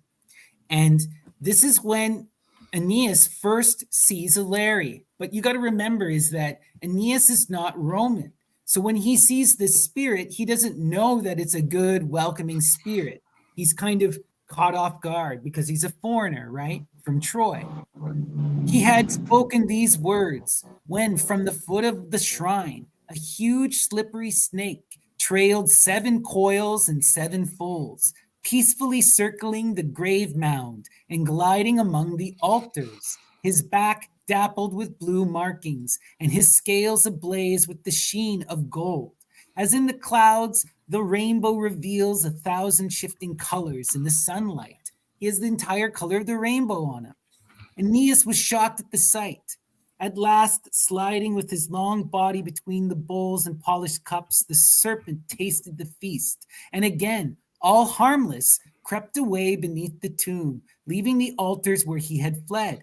More eagerly, therefore, he, Aeneas, renews his father's interrupted rites, not knowing whether to think the snake was the genius of the place or at the service of his parent. So he knows it's a demon, a daimones, but he doesn't know where it's coming from. And I wanted to show you, this is a recreation of a painting that was apparently originally hung at Herculaneum. And it's of the god Harpocrates with a snake. And it's on one of these pillars that we see in all of those Larry paintings, right? Where they would put the food offerings and the drugs that they would give to the Lares. And Harpocrates is in charge. He is kind of like the master of the Lares, which is so interesting. And Harpocrates is that god of silence, Horus the child. And this takes us back to our phylacteries, into our dragon stuff again, because all of that dragon magic kept having to do with this Harpocrates figure. And we see it with that Ptah figure or the Ptaika, right? All of these gems, all of these protecting spirits that call forth this similar energy, right? And so did you see his hair? Right. I zoomed in on it, and he got the locks in the front, the little snake locks right there. Absolutely. Yeah. He's got the And crazy I'd like snake here. Is that holly in front of his genitals there? It could be. I'm not sure. Not holly. I meant olive. Sorry, not holly. Olive. That's I'm not sure. European, yeah. I'm not sure what he has. Because I was looking into Harpocrates this week after we discussed him last week, like on what the esotericists think of him, and that silence seems to be a bodily silence, like a calming down and peacefulness of your urges again. And I was thinking that could be olive branch over his genitals, because obviously olive is the twig of peace. Well, there's so much going on here, because remember, we were talking about the mother of Lares, Acca Laurentia, that nymph Larissa or Laura. Well, she is also said to be Tacita, the silent, Diamuta, the silent. She has her tongue ripped out for challenging Zeus, right? Yeah. And she's the mother of Lares, and Harpocrates is somehow connected with all of this, right? He's like this child who's born of this energy from this great mother as well, right? Because she's the mother of gods. So here I wanted to show this really interesting image. This is an amulet, an Egyptian amulet. And here we have the god Ptaika, which is the dwarf version of the creator god Ptah. And this comes from Memphis. And what we see here is he's got a bunch of wild stuff. First, he's got a top knot, Dion. Look at him. Oh, yeah, there it is. Okay, but it's wild. When they look at this top knot, it's a scarab. It's a scarab connecting him to, remember we talked about last week, the Egyptian Lucifer Khepri, who is the scarab beetle, right? So he has that Luciferian power on his head as a piece of hair. And from the front, it looks like that Apollonian bow. But at the top, it is the scarab when you look down. Okay, wild. He's carrying here 3 snakes. The snakes are biting him in the nipple, and he's grabbing them on the sides of his stomach. Okay, and then It's also the spiked headdress that the Salii are having. It's almost the same. It's the same same shape. Right? It's the same kind. This thing about bringing the solar energy down to the head is very well attested. Ryan's talked about it a ton. And you know his feet are crocodiles. He's standing on the Sobek. He's standing on Brilliant. crocodiles, which is super important, because we're going to see, okay, this is another version of a Ptah, or Ptaika, I should say, phylactery. And this time you can clearly see the scarab at the top, and that he's standing. He's a dwarf too. I wanted this one because you can clearly see he's a dwarf, and he's standing on top of these alligators. Now look at this. This is Horus the child. Okay, what is he doing? He's got the snakes in his hands, as well as 2 dogs. He's standing on 2 crocodiles. He's got the long snake lock, and then he's got Bess on his head, and he has 2 what is the of Horus? What is the bird of Horus? Hawks. He has 2 hawks. He also has that Sabazian feminine Shiva type of look to him. Right. The Remember, androgynous. Sabazios and Shiva are cognate. They both have that feminine look that you showed earlier. Yeah. And it's just, there's just so many synchronicities, because if you look at also Ptah on this one, you can see he's got hawks on, not on this one, but in this one, he has hawks on his shoulder, right? Carrying the snakes, standing on alligators with the snake lock, and with that other phylactery dwarf, Bess, right? So even though Horus the child isn't a dwarf, on top of his head is the magic dwarf, So there's some deep connection. Here, I could say, Bess has the braided beard, and if you go 2 images back, Bess has the braided mustache.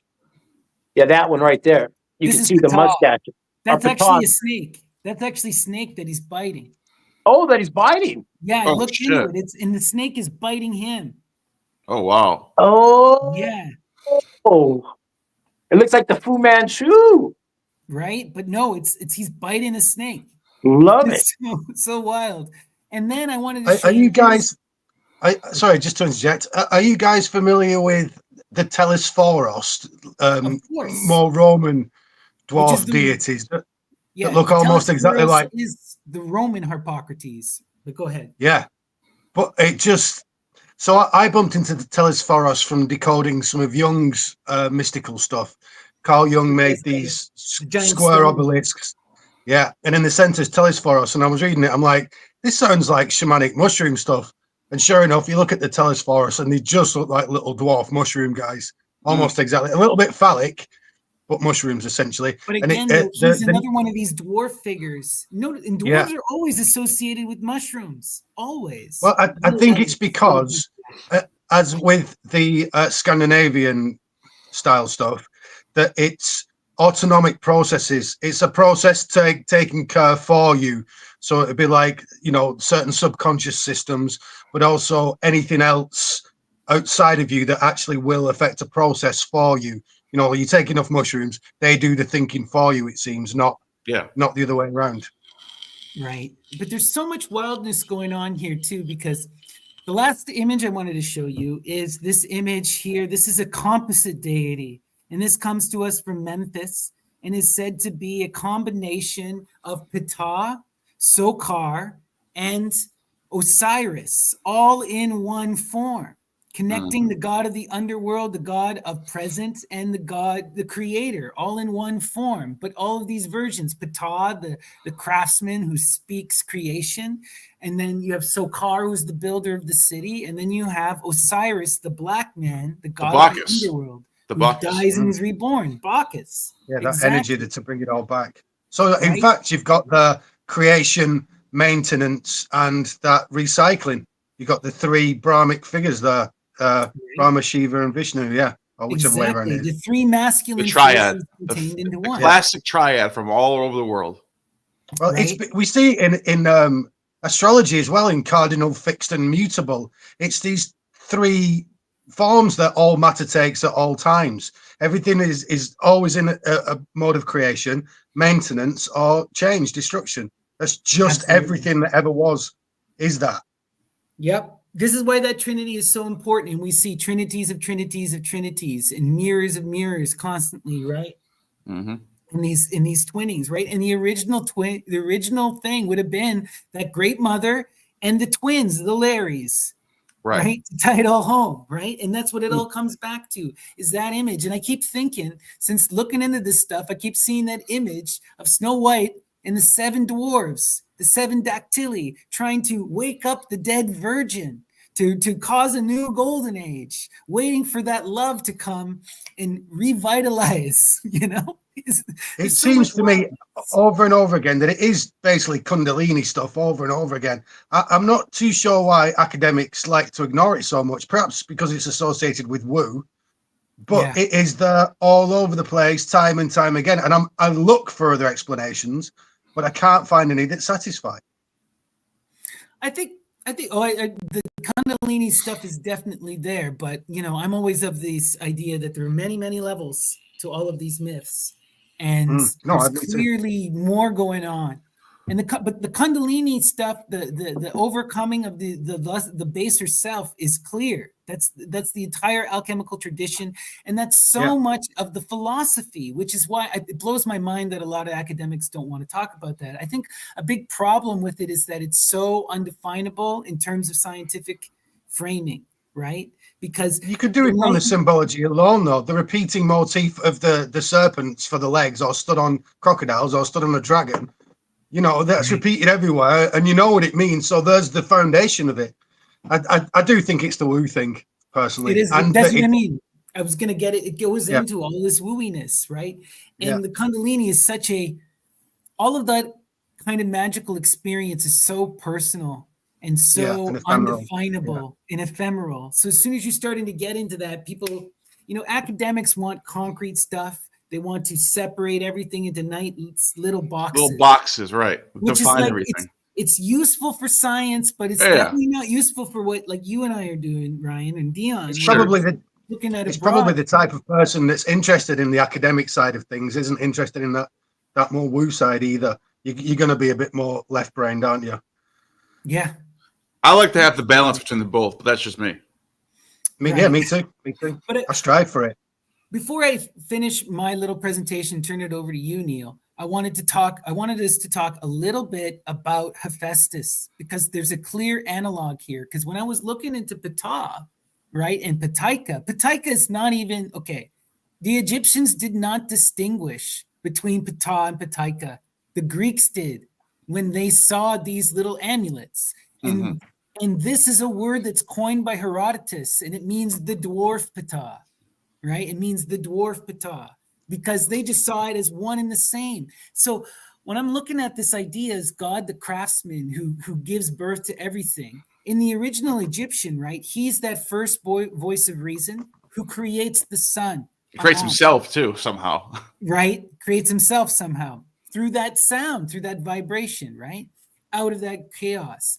But think about the Greek version of this. If we listen to that, if we look at the interpretation Greci, where Ptah is Hephaestus, then the myth is kind of inverted, right? Zeus, the solar deity, is the creator of the universe, right? And Hephaestus is the one who is created by Zeus, right? Yeah, and Herodotus or Hera, sorry, Hera. When Herodotus Hera gives birth to him entirely. When Herodotus is writing about Egypt, he never uses Ptah ever. He just says Hephaestus every time. Yeah, right. And so this gets kind of weird, and I'm looking at this because there's something going on with this energy of the craftsman, this image of the craftsman, and also if we look at the Greek story, right? Hephaestus is birthed by Hera solely because she saw what Zeus did with Athena and his twin Metis and got jealous and was like, I got to do the same thing. But then when it happens, he is now deformed. So she, in anger, casts him into the swamp. Again, we have this image of casting into the underworld, into the swamps, like we saw with Diamuta, right? And then in order to get back into good graces, Hephaestus builds this magical throne and gifts it to Hera, and Hera sits upon the throne and is bound in the throne, right? And he refuses to let her go until they make him a god. And then he demands for marriage. And at first he wants to marry Athena, but Athena's like, F you, I'd rather die. And Zeus is like, not even I can make Athena do anything. So then he's like, fine, I want Aphrodite. And he marries Aphrodite. Big mistake. Because then when she cheats on him for Mars or Ares, Hephaestus is all pissed off and he's like, Zeus, do something. And Zeus looks over at them, Aphrodite and Mars, and he's like, it looked like a couple to me. I don't know. It basically like, sorry, bro, you got you married Aphrodite Pandemos, man. She makes you can't do that. You can't do that. Why would you marry that which makes love to creation? Like you can't bind her. That's the dumbest thing imaginable. Right. Even Dionysus knew that. Right? No. Were you aware that Hephaestus also has a dwarven helper? Yeah, well, this is what I was going to get at. He has all of these kabiroi, who are these dwarves that are his helpers. And he's also this limping, deformed dwarf man, right? And some of the those kabir are also, Strabo's one of them, equates them with the Chorites and the Dactylus and the Lairs. It's like this lower level of daemons where they have power over like terrestrial events. Yeah, so again, I'm seeing it as these autonomic functions that somehow that Ptah, that Hephaestus created dwarf, is the thing that's their autonomic system. Things in you that happen automatically outside as well. I wanted to point to one of Hephaestus' little dwarf fellas, Sedalion, which looks a lot like Lion of the Cedar. And what grows under cedar? Well, there's a myth of Orion who he's been chasing after the Pleiades. That's his lust. And somebody gets annoyed at him. It's probably Athena or somebody, and shoots arrows at his eyes, and he's blinded. Well, he goes to Hephaestus for help. And Hephaestus says, look, I can't do anything for you, mate, apart from give you one of my little guys here, Sedalion. So he hands him over, and he stands on his shoulder. Don't forget, Orion's a giant. So he's standing on the shoulder of a giant. And he can see further. Literally. Yeah. So this is something that... Didn't you tell me this is where... You've shared this with me, so you finished. I have, yeah. Yeah, I gave it the twist of... what's his name said it? The physicist. Isaac Newton. It was Newton, That's where you get that phrase, standing on the shoulders of giants. It's a mythopoetic image of Orion. Yeah, it's if I have seen further, it's because I have stood on the shoulders of giants.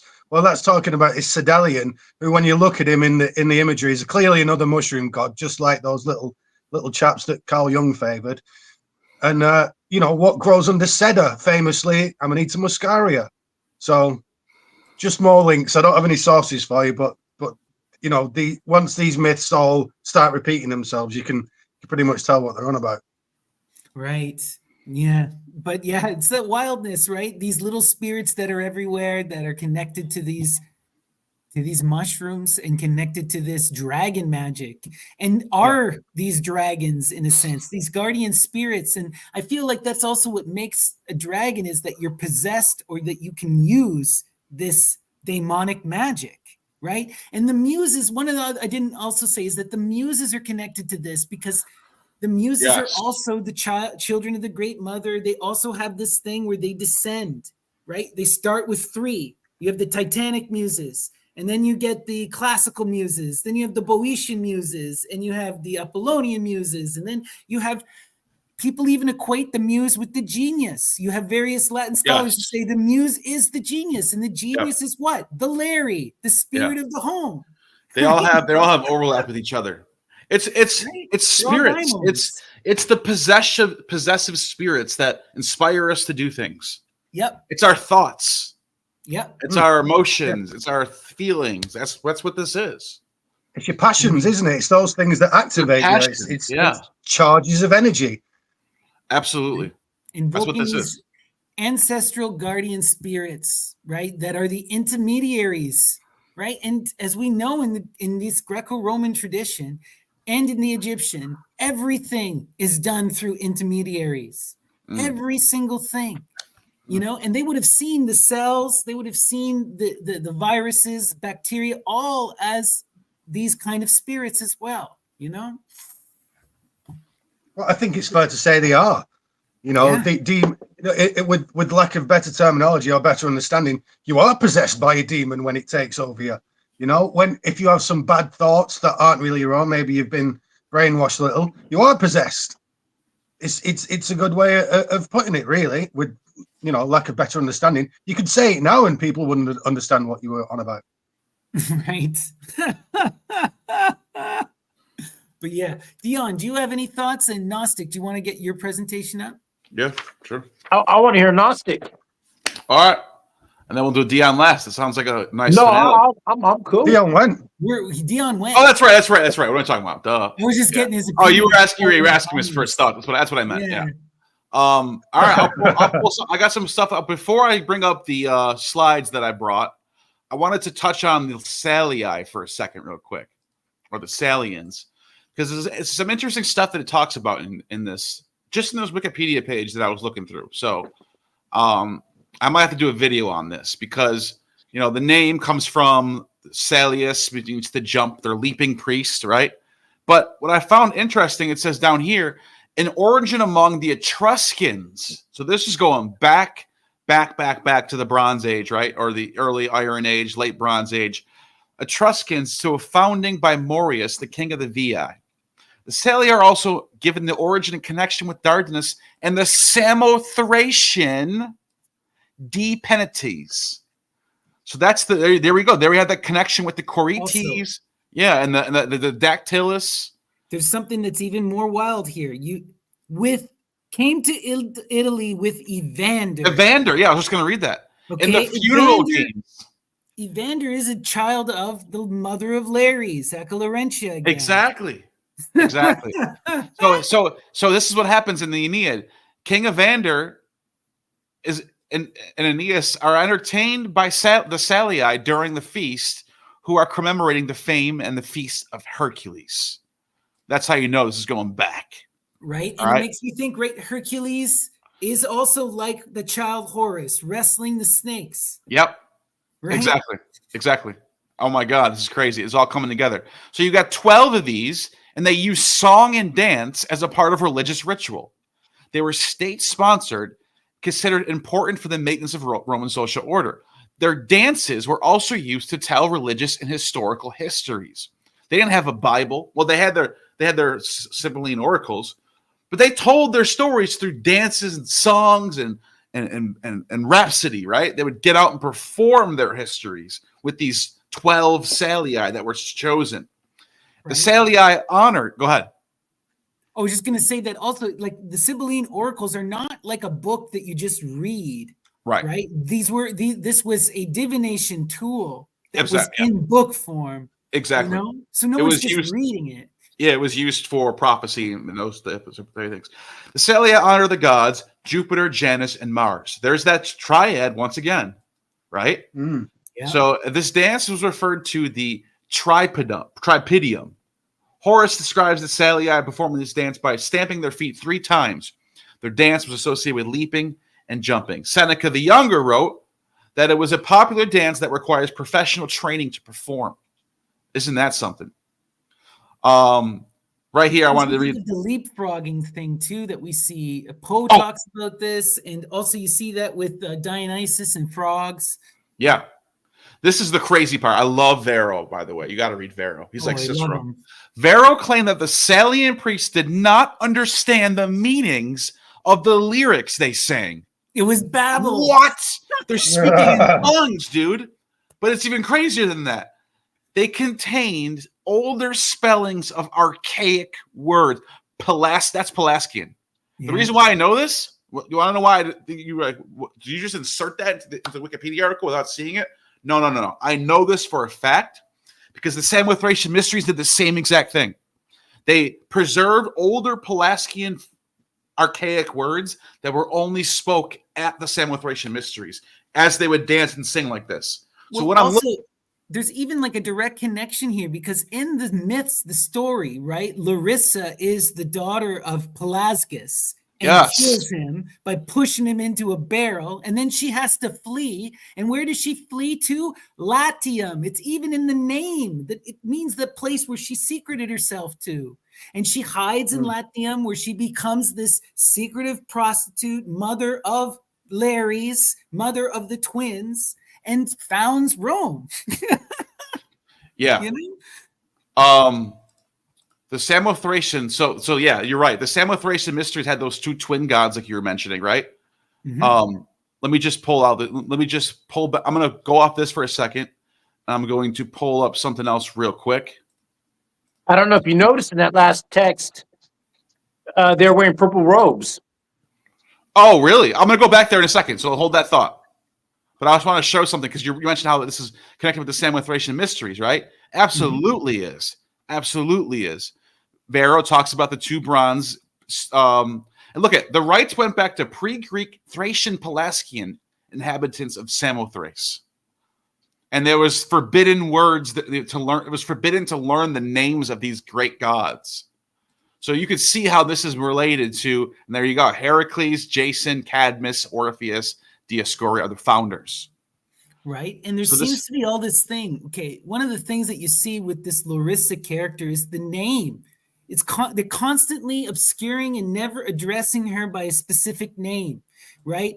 Larissa is her name when she's a nymph, or Laura is her name when she's a nymph. Ovid says that her name may be Lala, the Babel, but there's all of these iterations because they're trying to hide. It's a forbidden thing. It's secret, right? Yeah, exactly. See, this is what we have from the sources.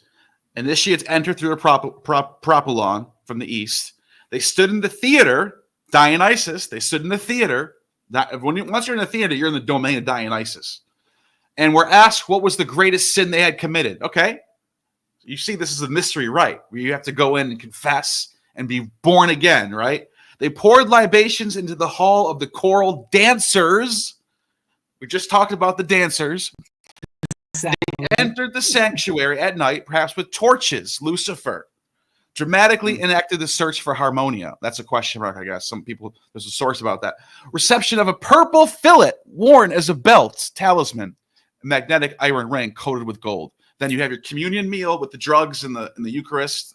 That's the last part. The dramatic reenactment of the search makes a lot of sense because this is such a fundamental thing in all of the mysteries. In the mystery of Osiris, Isis searches for Osiris. In the mystery of the Cori, right? Demeter and Hecate search for the Cori. Absolutely. So you got to have this sort. Got to have the search. That's always part of it's part of the mystery. So to go back to what I had with the Salii, because Dion is right. There's something crazy about to come up right here. So Plutarch describes them chanting and dancing with a quick rhythm, which sounds a lot like the Dionysian, what's it called? The song that Dionysus is attributed to, the dithyramb. So you got dithyramb. Triambus. Yep, exactly. And he also wrote that they would beat daggers on shields to create music. This is Bacchic mania all day. These shields were known as ankyle, and other descriptions stated that they used flutes to songs. The Salii wore embroidered tunics under purple trabe. What's this again? Let's take a look. The names of various Roman clothing was their color, usually red or purple. So they put the purple togas on, as we all know what this means. So the sacred chants that you get from Hesychius, Ya, Ye, Yo, You, and Yo, all of that has to do with either it has to do with like some sort of poison or drug or purple. Remember we found the etymology either meant purple or reddish or lavender, or it meant some sort of drug or medicine. But it's also a Bacchic chant that they would use connected with the this kind of chant is so important because we see right in that it's not just the chant, but it's the wailing, right? You're wailing. Crying out to create as much noise as possible to hide, Yeah. right? To protect yourself, and also to cause the dead to rise, right? Yep. Demeter literally causes the universe to go, oh shit, we need to bring the Corey back by her mourning. Yeah, look at this. Look at this. Salian virgins. I'm going to come back to this. I have one more thing. I'm going to come back to this part. I'm not done yet. Sextus Festus makes a perplexing reference to the Salian virgins in a text called Alias Stilo is the source, if you guys want to read that. That's a primary source from a Latin source. Wearing the pallidamentum and pointed apex. By the way, I'm going to talk about this more. Just don't forget about this. The Salii, these maidens, these are young boy virgins. I think their ages are like 7 to 12, I think it says. I think it should say it on here somewhere, but it doesn't have it for some reason. But I know for a fact that after age 12, they had to leave. They had to give up their spot to a new young boy. That's according to the sources. I know that for a fact. Were employed to assist the College of Pontiffs in carrying out sacrifices in the Regia. It has been suggested that the passage of Festus describes a transvestite initiation. I didn't use that word. I think that's a probably dated word. It's fine. It's an outdated word, but we understand. I think they're just pulling it from the source. It's 2005. I mean, back then that word might have still been lingering around. That's probably what happened there. Well, some people do identify under that term, right? People who just want to who identify as men but want to dress up for fetish reasons. But I doubt that's not what's happening here. No, right? but the reason why I read it though is because what does that remind you of? The Great Mother Mysteries. Yes, right. You can see these young boys being initiated into the most sacred mysteries of the Romans. Now, I said I wanted to go back to this apex thing, right? If you look up here, where is it? If you look up this, by the way, one more thing I wanted to read. Where is it? This right here. The Salius, after they were done with their term, after they became too old to serve, they would like go through puberty and they would become a young man. They were no longer a Sali anymore. What would happen is they would immediately, because how special they were, they didn't get like cast aside as like you're done. They immediately went into the biggest positions in the Roman Empire. Either there would be a consul, which means there's a good chance that Julius Caesar was one of these Salii at one point in his life. They'd become a flamen, they'd become a pontifex, or an augur. All right? Now this is where shit gets crazy. So these Salii, who we already have connected with the Lairs and the Samothracian Corites, we already did this connection, right? If you look up the apex headdress, what does that remind you of? This is what they wore, dude. Oh, wow. All right. So I'm going to put this aside. Like I'm going to put this aside for now. I'm going to pull up some of my sources now. Interesting. All right. So let me pull up my slides. And I want to start here. Let me share my screen real quick. And so remember, we were talking about this last time with the bearded dragons. Yep. So I just want to recap. We were talking about this. This is a famous ancient staff. By the way, this image right here, this is from a museum, and Herodotus talks about the priest of, I think it was Thebes. I'm pretty sure it was Thebes. They held these. The priest would hold these staffs. This was their staffs. This was a sacred staff called the herald staff. By the way, it looks like the herald is Hermes, right? Right. For the priest of the mysteries of Thebes would hold these. That's how you knew they were a priest. Well, this is also, you find this in the church, right? We already talked about this before. Yes. The church still continues to tradition. By the way, this you will not see this in a Catholic church. You will only see this in a Greek Orthodox church. This is the Greek way.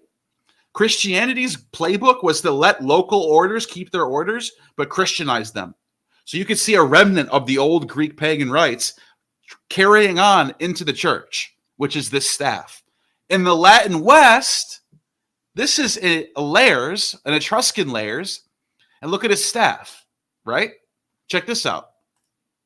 We know that in the Latin West, they don't have the serpent staff. They use the layer. They use the augur staff. The And this is a quote. This is the dragon, which gave power to the beast. The Pope received his power from Rome.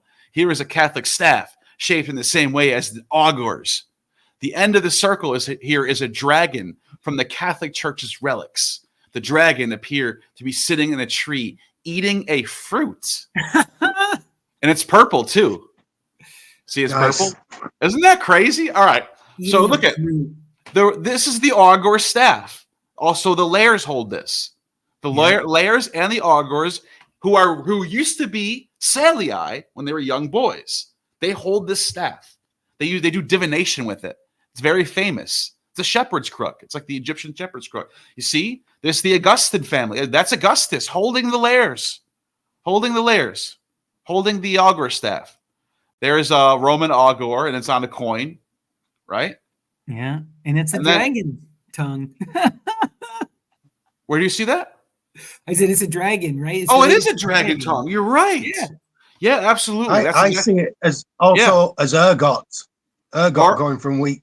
Yeah, it's probably both. It's probably a pun on both. So then I wanted to bring this back up. It got really blurry all of a sudden, but you remember seeing that image. This is the tiara that the Salii boys would wear. And what does it look like? It looks exactly like this. They still wear the Salii headdress. It has the two embroidered pieces coming down, and then a cone shaped. I mean, am I crazy? Am I crazy? No, you're not crazy at all. It's even spiked on top. Instead of a cross, then you would be 100% on. They just all they do is they just Christianized it. Yep. And now it's the Catholics thing. But we know that they keep the old symbols going. We know the Greek East did this with the serpents, and the Latin West is doing it too. So there you go. This is taken further back to the priests of Babylon as well. The Apkallu priests wore similar headdresses. A lot of people say that, and I think you're onto something because Romans are borrowing heavily. I think these are just repeating motifs rather than somebody taking it, carrying it on. You know, these things mean something. Having a big hat means something from the Pope to a stovepipe. Absolutely. Remember the old-fashioned? Absolutely. Means it's like a symbol of authority.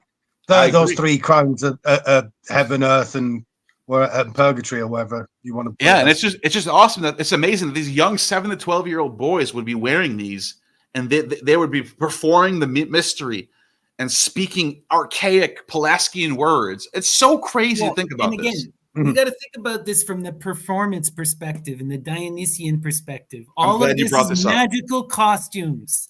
All of this is about distraction and creating an image of power and authority. So how do you create an image of power and authority? You look at the foreign other that is a power and authority in the same way that you don your clothes with the freaking snakes. And you dress up to make yourself look scary. You dress up to make yourself look regal. It brings the energy up too. It gets people panic. The word panic from pan. Yeah, that's what that is. It brings the energy high up. When you ever seen like two wolves fighting and they're like, that's what that is. That's that energy high up. By the way, the muse just controlled your brain right there, Snappy. because the next slide is about me. I was about to take it over to the theater because you're right. All of this is beautiful. all this is the Salii dancing, the Pelasgians dancing.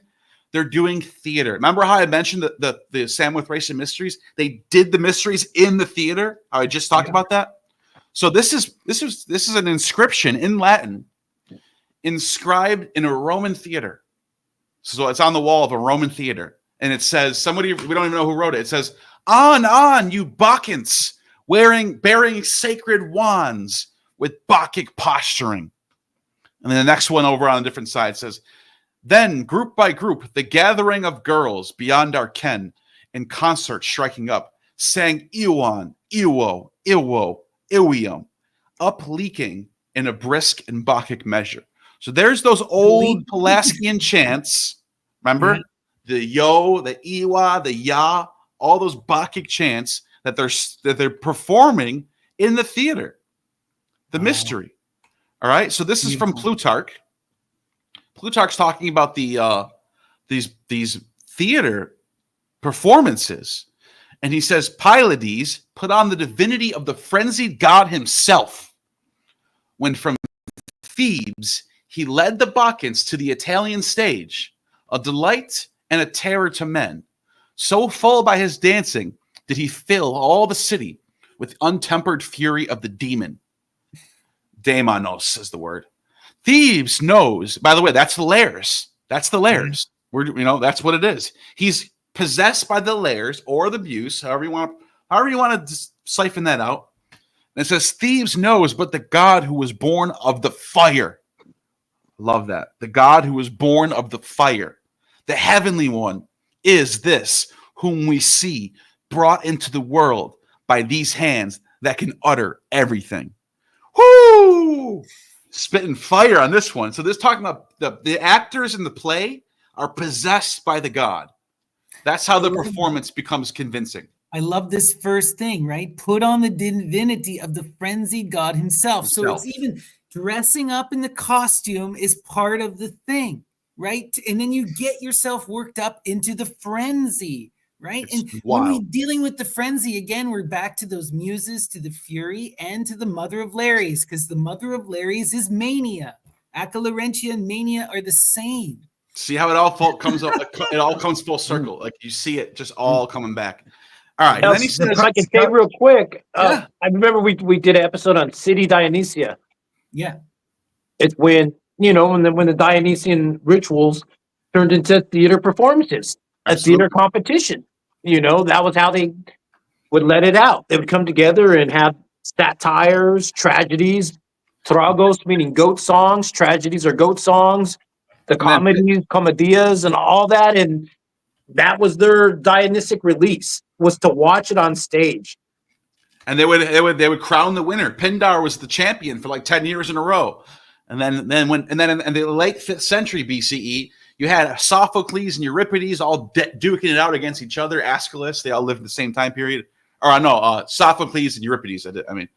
Aeschylus was before that. But anyways, there was a spirit of competition. There was a spirit of competition amongst the philosophers and poets to even after expound the mystery. Who can expound the mystery in a more manic or panic way? Let's say. There is a competition and a dialogue in this philosophical thing. And that's what Frogs is about. Frogs is about Dionysus going down into Hades. By the way, people go, he didn't die in that. That's not a dying and rising story. Well, you didn't read the story then. And the story opens up with Dionysus committing suicide, talking to Hercules and going, how do I get to Hades? Hercules is like, there's 3 ways. You can take a poison, you can hang yourself, or you can do it. He fucking killed. It's literally a dying and rising story. Yeah. Dionysus commits the act, takes the drug, he goes down into Hades, and then he judges between Aeschylus and and Euripides of who is the better poet. And then so that was going on. This is pre-Hellenistic times. Later, during the Hellenistic period, when Ptolemy starts to host all this stuff down in Alexandria becomes the spot. You have Callimachus and Apollodorus hate each other, and they're dissing each other in the theater. They're making plays, taking stabs at each other without calling each other out by name. That was a known thing in the sources. How Callimachus and Apollodorus would dig at each other all the time. We call that sneak dissing. Sneak dissing. Yeah, that's what it is. One wild thing I read about frogs is that the priests got super upset at Aristophanes and wanted to beat him in public because they said he was exposing the mysteries, but he was so popular, he was able to get away with it. There are several examples of this because it even comes up later by his political rivals, because he would write comedies attacking his political rivals, and then they're like, you are a bastard who exposes the mysteries. Right. And they use this as a diss on him. By the way, So Frogs is amazing. Frogs is amazing, and not only that, Aeschylus does reveal the mysteries subtly. You could find it, and I have it coming up in a couple slides. Oh, so wow, I'm excited. Yeah, and you've heard it before, but I'm just going to remind you. So this is the next one from Plutarch, where he says, "We thought we were looking on Bacchus himself when the old man lustily led the Maenads in their furious dance and played Cadmus, tripping it in the fall of his years, and the messenger coming from the forest where he had spied on the route of the Bacchants, and frenzied Agave, exulting in the blood of her son. Heavens, how divine was the man's acting!" They're performing the Euripides Bacchae, and they're saying it was so good, the actors were so good that there's no way they weren't possessed by the god. Like, it was like they're watching the whole scene play out in front of them like it really happened. That is amazing. This makes you want to go back in time and be an ancient Greek, doesn't Absolutely. it? Like, I can't believe we gave up this world for the church world. I cannot believe it. It's so mind-blowing that we gave this world up. But we're getting it back, though, so that's good news. Anyways, yeah. So this is from... It's kind of feral, though, isn't it? The Greek stuff's kind of feral for modern eyes. You know, I think it'd be a bit too much, a lot too much. Well, you know, I don't think we really would want to go back to ancient Greece it's a man's world, ancient Greek. You know, like, we all love Orpheus and whatnot and the Orphics, but those guys are on the fringes of society and are hated. Homer doesn't even talk about Orpheus. Why do you think that is? You know? Yeah, there was a lot of that going on. I think, I agree. So Pentheus writes, or this is about Pentheus. It's from Euripides. But think about, even in the play itself, there's acting. So this is not just the actors that are talking about. They're talking about the characters that the actors are playing.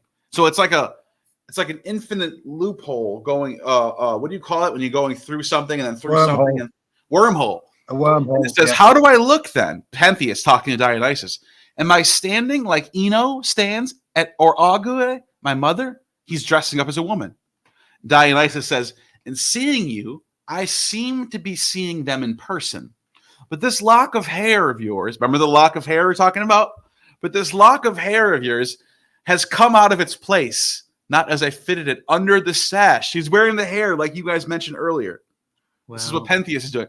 Inside, and shaking it forward and shaking it backward and acting as a bacchant. I dislodged it from its place.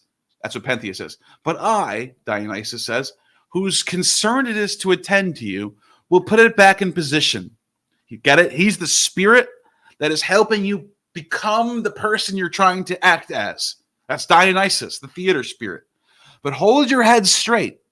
Pentheus says, look, adorn me, for on you I depend indeed. That's the important line right there. What does that mean? What is Euripides saying? He's putting on the Dionysian mask to become something else, right? You need Dionysus to come out of yourself and to act as something different. And he's saying, absolutely. Your belt is loose and the pleats of your robe are not in order where they hang below the ankles. I think so too, at least by the right foot. But on this side, the robe is straight and tender. So it's Dionysus who is helping him perform the mystery. I want to just do you remember that part? One of my favorite scenes in all of Frogs is when Dionysus dresses up as Heracles, right? And you have his slave there, Zen is like laughing at him, going like, you are such a fop. No one would ever believe that leather booty Dionysus could pass as Heracles. But when he goes into the underworld, they all assume he's Heracles, and they say, last time you were here, you messed this place up. You tore the place up, and now you got to get whipped for it. Right. Then Dionysus gets punished as Heracles. Right. All Isn't that nuts? Was the costume. The god of the underworld. Think about it. The god of the underworld gets whipped in the underworld for the sins of his brother. What the frick? That's another mystery right there. Right. Now, similar. This is a nice painting from some Renaissance paint. I don't know who this is, but I wanted to show because similar to how the Romans would honor the ancestors as layers, the Greeks would also wreath their statues of their ancestors and feed it wine during these Dionysian festivals. So they would. And it has no arms, so it's a Xenophon? Yeah. And they were bringing them back to life for the festival, for these Dionysias, the Bacchanals. They would bring their ancestors back for the night, and they would wreath them and feed them wine and let them and tend to them like they were actually there. So this is just an image that I just wanted to show. It's just like, I just look at this. This is such a beautiful painting. Look at this is Greek, but is this Roman or Greek? But that's your standard. The Romans would have the standard. They would represent the layers. And like you could see like there's like different planets on there. There's all these different representations. But they would hold the standard as if they're holding all the spirits of their ancestors. And they would bring it with them. But like, just look at this procession of the musicians, the dancers, the singers. Look at this. This is the world that we left behind. It's so sad. What a beautiful world it was. Anyways, I wanted to show that. The Sun Runner, that's the Sun Runner, right? In the Mithras mysteries, they call it the Heliodramus, right? All right, so this is another. Oh, it's got really. How did this get so? No worries. I don't know why it got so like far apart. Anyways, that's the layers again. So in that past picture, the person with their hair adorned with the crowns was throwing up the hand sign, had the Sabazian hand sign on the robe. Really? Mm. Yeah, if you zoom in, that one right there. Yeah, the one with the hair. Right here? Yeah. Look at his hand. Oh my God, you're right. It's definitely, and he's holding the 999,000. Yeah. 666. Yeah, there you go. for sure. That's crazy. Now it's Oh, so now funny it's- when I I know feel this. When we see the Pope I'd like with to his point- sign, and he's freaking summoning Satan. Right. I'd like to point out as well, when I said before that these dwarven-led creatures, these daimons, seem to be automatic, processes, whether they're out there in the wild or in your body. The fact that they put the 7 planets up there just reinforces that for me, because these are, as far as the ancients saw them, are the automated processes of the universe that have an effect on you. So putting those 7 things there would reinforce that for me.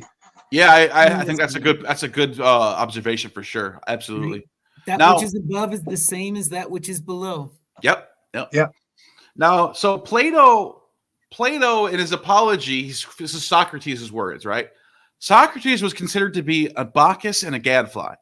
So Plato writes, "For if you put me," Socrates is saying this, "if you put me to death, you will not easily find another who, to use a rather absurd figure, attaches himself to the city as a gadfly to a horse." The oistrus, right? Right. Oistromania, which though large and well bred, is sluggish on account of his size and needs to be aroused by stinging. That they use the word Christing there. I'll show you in a second. I think the God fastened me upon the city such capacity, and I go arousing. So a gadfly is somebody who will die for the truth. They will die. They will not be pressured into changing their mind. They will die for what they believe in, no matter what. That's a gadfly. And when you die, if you successfully die as a gadfly, you would be immortal. We're talking about Socrates right now, 2,400 years later.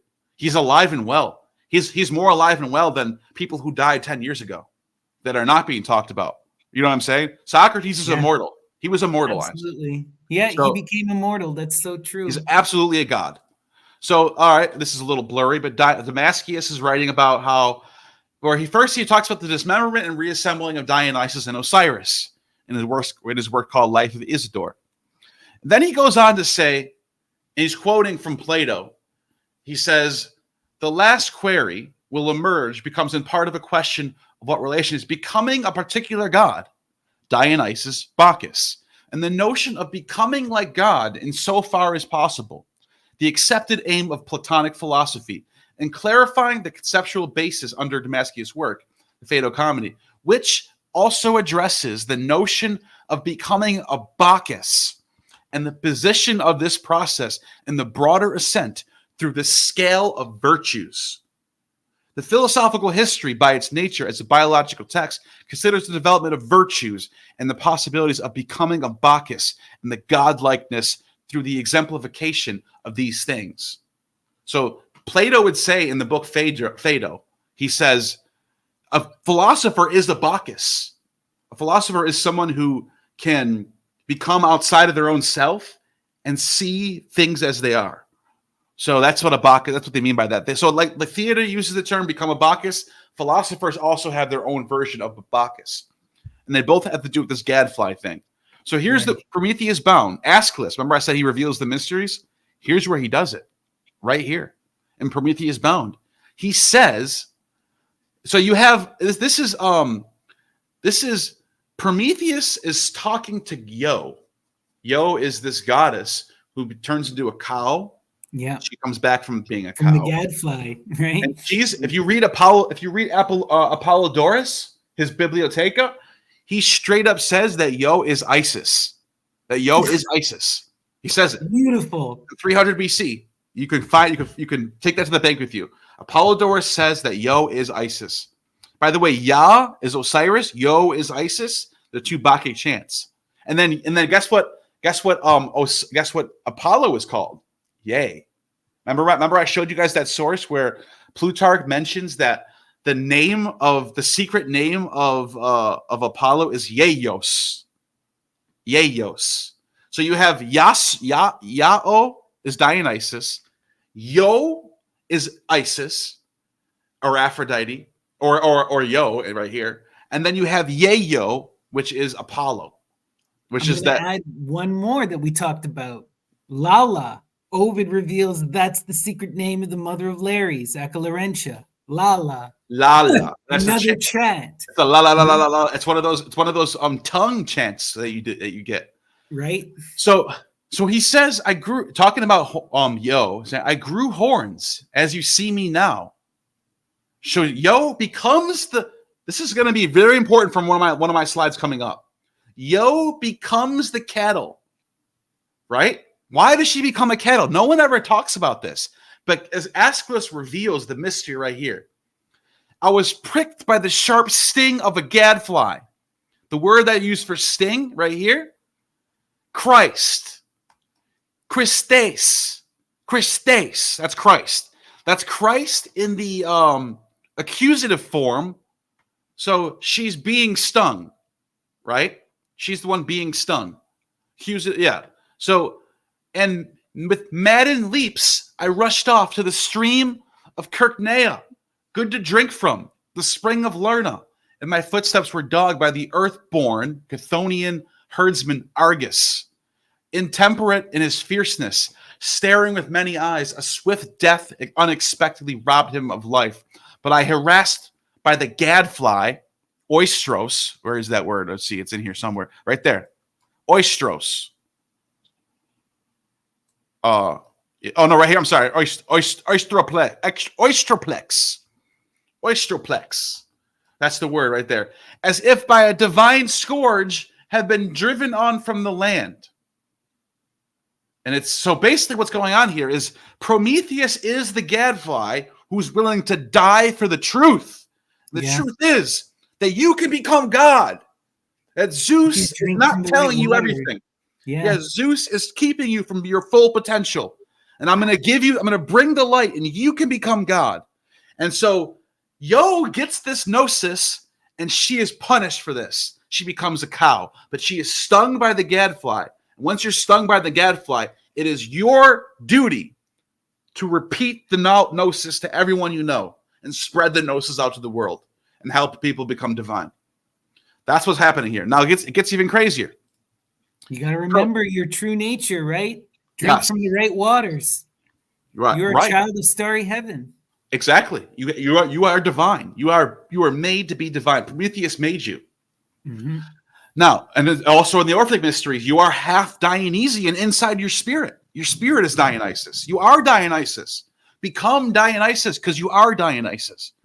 That's what ascending the throne is, right? Yeah, when Zeus created the world, he took this flesh of the Titans and the spirit of Dionysus and created the whole cosmos and humans out of that. And you are that. So your spirit is Dionysus and your flesh is Titan. And Plato talks about titanic nature. Rid yourself from the titanic nature and become dragon. Become a Bacchus. Become a Bacchus. Become immortal. Play the part. Put on the mask. Look at Prometheus, right? What does it say down here? Prometheus among the satyrs. Huh? I thought Dionysus was the one surrounded by satyrs. Right here, it's Prometheus. That's odd. Prometheus among... If I could say one thing, Ryan could point out that there was a 3, 4, 5 up in there, the Pythagorean. Yeah. If you go back. I was looking at the triangles. Yeah, that deals with the elliptic of the poles, the precession of the equinox. I didn't even notice that. Yeah, that's amazing. I would say that the smaller triangle on the left, that does look like the ecliptic angle. And they're probably 3, 4, 5 triangles. It looks like there's some other mathematical thing going on in there as well. It almost looks like the golden mean, because the golden mean would be this is double this. So I wonder if there's a golden mean going on. Yeah, the golden 3, 4, 5 triangle. The 3, 4, 5 is in golden ratio by its nature. Wow, that's amazing. And so you have another image from another lid from one of these pots of Prometheus with the satyrs. 5th century BCE. This is very ancient. Once again, Prometheus among the satyrs. What is going on? Well, actually, if you read... I was going to say, this is Luciferian context, that light bringer, that the one that to initiate the rebirth. Cool. One of the greatest philologists of all time, Friedrich Nietzsche. What does Friedrich Nietzsche say? Friedrich Nietzsche was such a good philologist that he went through and systematically figured out that there was a dualistic system within the ancient Greek poets of the Apollonian and the Dionysian. I talked about this on my channel. There was a lot of classicists that were like, that's not true. And then they were like, and then other classes, the good classicists were like, actually, no, he's right. There's calendars that marked half the year with Dionysus, half the year with Apollo. And there's absolutely a lot of truth behind this. Plutarch even talks about this. What's his name? Who writes Saturnalia? Macrobius even says that. Macrobius says it full on. He goes. Yeah, he says that Apollo and Dionysus are the same exact god. And so is Saturn. Yeah, so there's the heavenly and the chthonic son of God, Apollo and Dionysus. But what the reason why I brought up Friedrich Nietzsche is because he says the first mask of Dionysus, the first person to be Dionysus was Prometheus. And that is because the first tragic play on recorded history is Aeschylus's Prometheus Bound. Beautiful. So Prometheus is the first mask of Dionysus. He's the one who becomes the Bacchus by going to the cross and dying, which is what Jesus tries to do too. So here you go again. He succeeds in doing. Right, we're still talking about him too, for better and for worse. Right. He did flip the poles. We just don't like how it turned out. Exactly. Jesus performed the mystery of becoming a Bacchus and dying for his reforms. It happened. Yeah, it fully happened, just like it happened for Heracles and Prometheus. Right? Prometheus's Aeschylus was a game changer. The blood of Echor was everywhere. It's all the craze. Everyone was trying to find the blood of Echor. Right. Some people even argue that Jack Parsons Christed himself and burnt himself up and did the same thing. Probably. Who's going to be the next Christ? W.B. Yeats predicted. He said there was 3 Christs in history.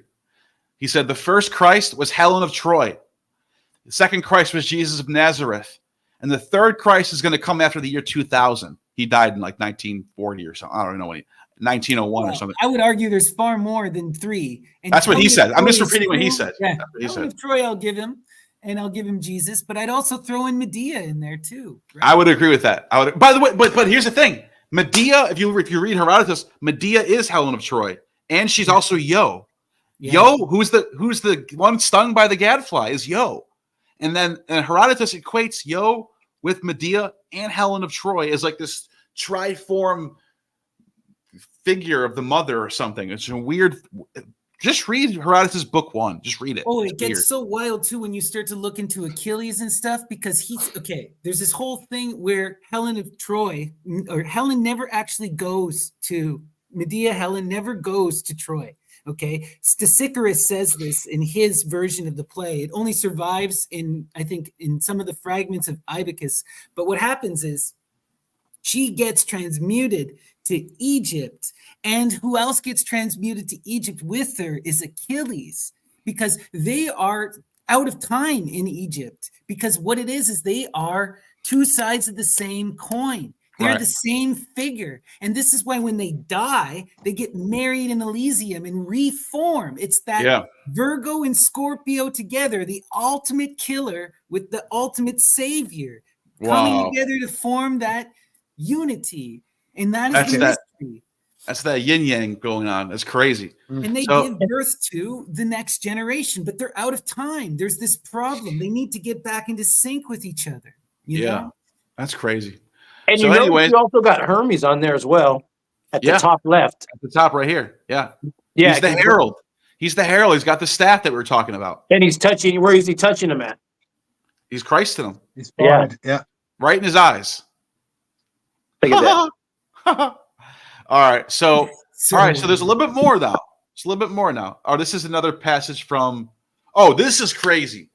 So this is from a novel from the 1st century by an author named Longus, called Daphnis and Chloe, and he writes that by the way, it's translated as love, but it's eroti. Unless I have grown these grays.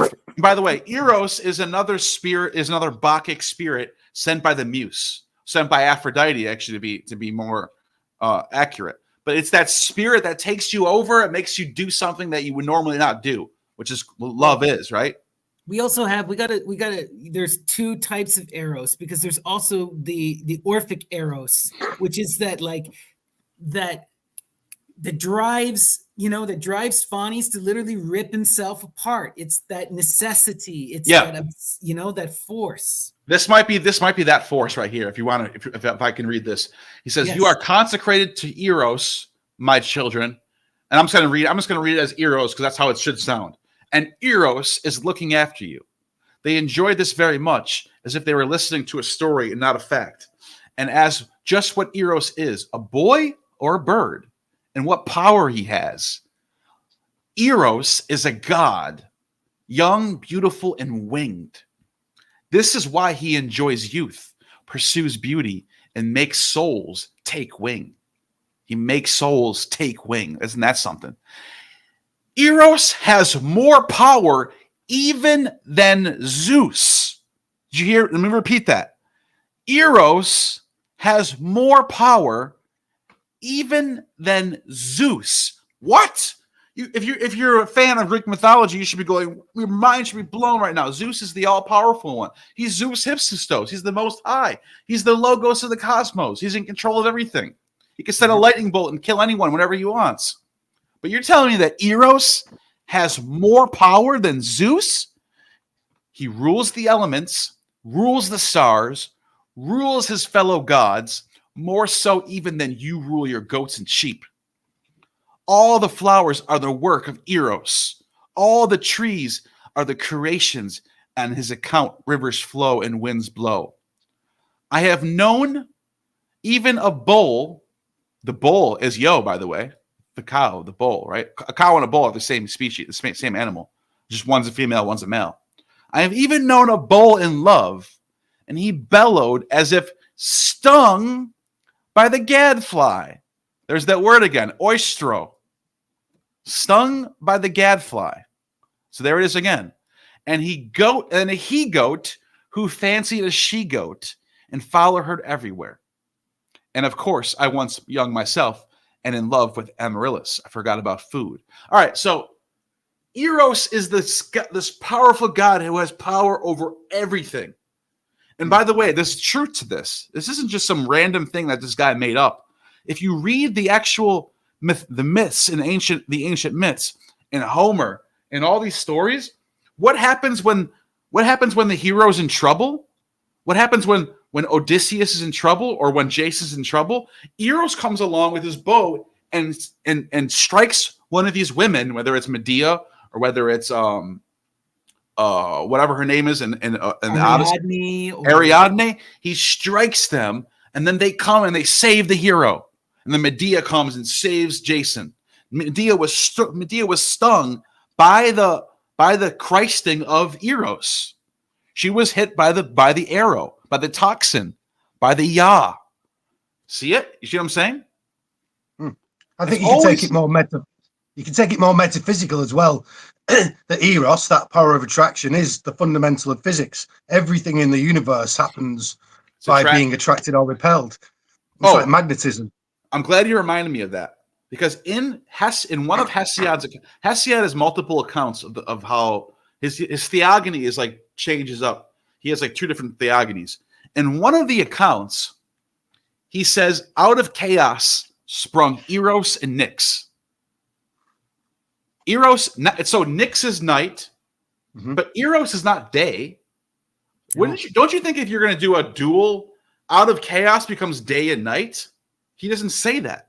Why does he say Eros and Nyx? Because Eros is that attraction, is gravity attraction, and Nyx is that dark matter that's expanding. It's just like you see. It's scientific. It's scientific, dude. Scientific, in the earliest Orphic, right? Out of chaos, you get the Chronos, which is time, and you get necessity, Anunki. That is the feminine version of Eros. Necessity and love. These are the same kind of emotions. It's that desire that drives us for the other, for knowledge, right? Yeah. The one becomes many so that it can know itself. And isn't that something? One comes out of that night, out of that chaos. But I always used to scratch my head. Why does Hesiod say it's Eros and Nyx and not day and Nyx? Because it's a scientific theory of gravity opposing dark matter. But it's also, Nyx, when you read the stories too, Nyx is the light. She is the sun. This is part of the mystery again. Just like Osiris is the black god who's also the sun. It's part of the mystery. That's why there's always a bright get to the day. Yeah, that's why there's always a bright moon in the sky at night, and then during the day, it's So can somebody remind me at the end of Neil's presentation that I think I've just solved the major mystery of Osiris during this conversation? So just remind me when you're done, if you would. All right, I'm almost done too, so I want to hear that. All right, so this is a Bacchus, but you know who this actually is? This is John the Baptist. Yeah, John the Baptist. This is a famous painting by Da Vinci where he depicts John the Baptist as Bacchus because he recognized the mystery of John the Baptist as a Bacchus, willing to die, willing to become a god by dying for the truth. And this there's another version of that. There's another version by Da Vinci where he had the Theseus with the pine cone on top, and he's clearly had to paint it out and paint a crucifix over the top because whoever was in charge of him was like, no, too far. Right. It reminds me of when they made a Christian cosmology, obviously was surrounded by Greek gods in the sky. And some 17th century Christians went, hang on a minute, we're surrounded by paganism, we better change this up. So they converted it to the Christian gods, but then the cat was out of the bag to some extent because, oh, wait a minute, those things align perfectly. Suddenly the 12 of the Zodiac are the 12 apostles. Wait a minute, there's something fishy here. No, take it down, boy. Just everyone took it down really quickly because it gave it away. Yep. Sorry, continue. The Protestants freak out so much about images, right? And try to strike them all because it's easier to strike them all than to try and explain any of it. Right. That's why when you talk to these Protestant types, it's like they have no spirit. There's no soul there. They're just like, they're hard to be around. They're not fun. They're not funny. They're not like, there's no spirit there. There's no human aspect to these people. Well, when you get involved into that oppressive energy, right? That true Saturnian tyrannical energy, right? What is it about? It's about cutting you off from all love, cutting you off from all community. That's why the images are isolating evil. you in the dark. The images putting you in a box. In your will. Because those images, that black Saturnian cube. Those images is what bring the world It's what those images is what tune your mind to have ideas about things. You're supposed to see things. You're supposed to see different things, and then you can And you're think about supposed different. to don costumes and take on images and Right. change form. Yeah, because they these are influence not you. Static. That's why they're No. scared of it because the images influence people and they're scared of it. They think it's evil. Absolutely. Actually, they think it's demonic because it is. It is demonic. Yeah. They're not. Yeah, it is. They're actually absolutely correct when they say that. The Christians. Oh, They by the way, just don't know what the daimones are. They have no freaking understanding. they're scared of God. demonic power. They're But afraid that's of having a conversation Oh. with their neighbors that are everywhere. and none of them are going to be Love immortal. angels, though. None of them are going to be immortal. They're all just going to. They're going to. Whatever. Let's not get into that. But even the angels, they're terrified of the angels. Let's be honest, unless they think it's their guardian angel, but that's a more modern thing Yeah. that comes out of occultism. Right. You know? Now, this is a Greek-influenced statue of Bodhisattva, a Dionysian Buddha, as we talked about earlier. It's got the headdress and everything, right? The I just wanna- Apollonian hair. Yeah, we already talked about that too. So we can keep going. Now, this is where I'm going to close out on. The perfect example of a human in recent times who donned the mask of Bacchus, but it took him over it so much that it actually killed him, is Heath Ledger. Heath Ledger was so possessed. He told people this. His friends all knew this, that he would get into a role and he would be so possessed by the role that it would consume him, even when they weren't acting. Even when he would go home and sleep at night, he was still playing the role. He would get taken over by Bacchus. This is the last. So a lot of people think the last movie he did was Dark Knight. It wasn't. This is the last movie he did. Yeah. You know, and it's ironic also that Joker stuff. Yeah, I'm about to bring that in. Watch. Because even Joaquin Phoenix, he'll end up in a mental institution every now and then too. You know. Yeah, check this out. I'm gonna give it right over to you because I want to hear your thoughts on this. So this is the last movie he did. This movie is very trippy. It's about a magic mirror. Johnny Depp's in it. Colin Farrell's in it. Jude Law's in it. Christopher Plummer's in it. A huge, big budget movie. And it's about a magic mirror that you can walk into and you can go in the world. You can dream whatever you want. You can control. It's like virtual reality, but it's like trippy as hell. And Isn't there's it Terry Gilliam? The yeah, guy who did Brazil? that's his. This is his movie. Okay. Yeah. So this is the scene that they're in. Look at the Freemasonic backdrop. You know what I mean? The fruits, and there's Heath Ledger. There's it looks like Aphrodite sitting right there, right? The beautiful maiden With the long hair covering the long everything. hair It's covering very everything. reminiscent of that Boccaccio. Look painting. at she's sitting by a tree with an apple on it. Tree of knowledge, right? It's just, You know this is a Terry Gilliam film, don't you? Terry Gilliam made this We film. just said that. So- Yeah. Oh, yeah. did you? Wasn't Yeah. listening. I don't listen. And then, so this is the tree, and you see the apples hanging down, but it's hanging down by a string. What? The fruit of knowledge is hanging down by a string. Why is that? Well, look at this. Like the thread of fate. In the movie, this is what happens to him. This happens to Heath Ledger in the movie. This is the last thing he ever filmed. So I'm telling you, this consumed him. This consumed him. In the second last movie he did, the second last hangman. and the second Man, yeah. This is the second last movie he did. Look, he's wearing the purple. He's the clown.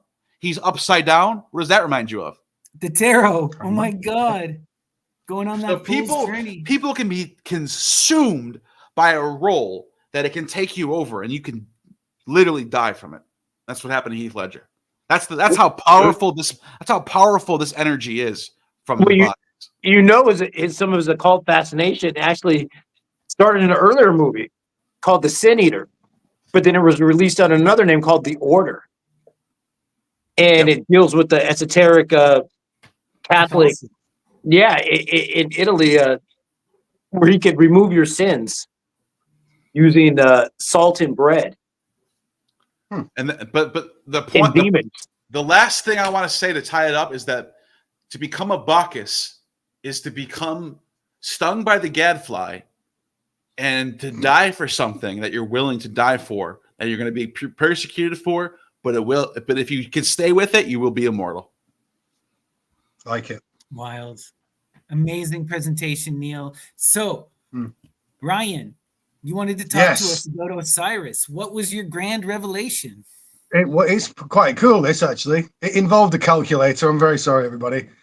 But we're talking about Osiris and Dionysus, and it just flashed into my brain that these are kind of annual gods. You know, it's this cycle essentially of the year, you know, dying and being reborn.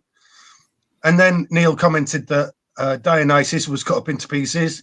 And I'm thinking, well, Osiris was also cut into pieces, 14 pieces to be exact. Sometimes it changes, but most of the time it's 14 pieces. So I thought, well, what was the Egyptian year? The Egyptian year was 360 because of a circle and 5 extra days that they just assigned to different gods. So I did a calculation.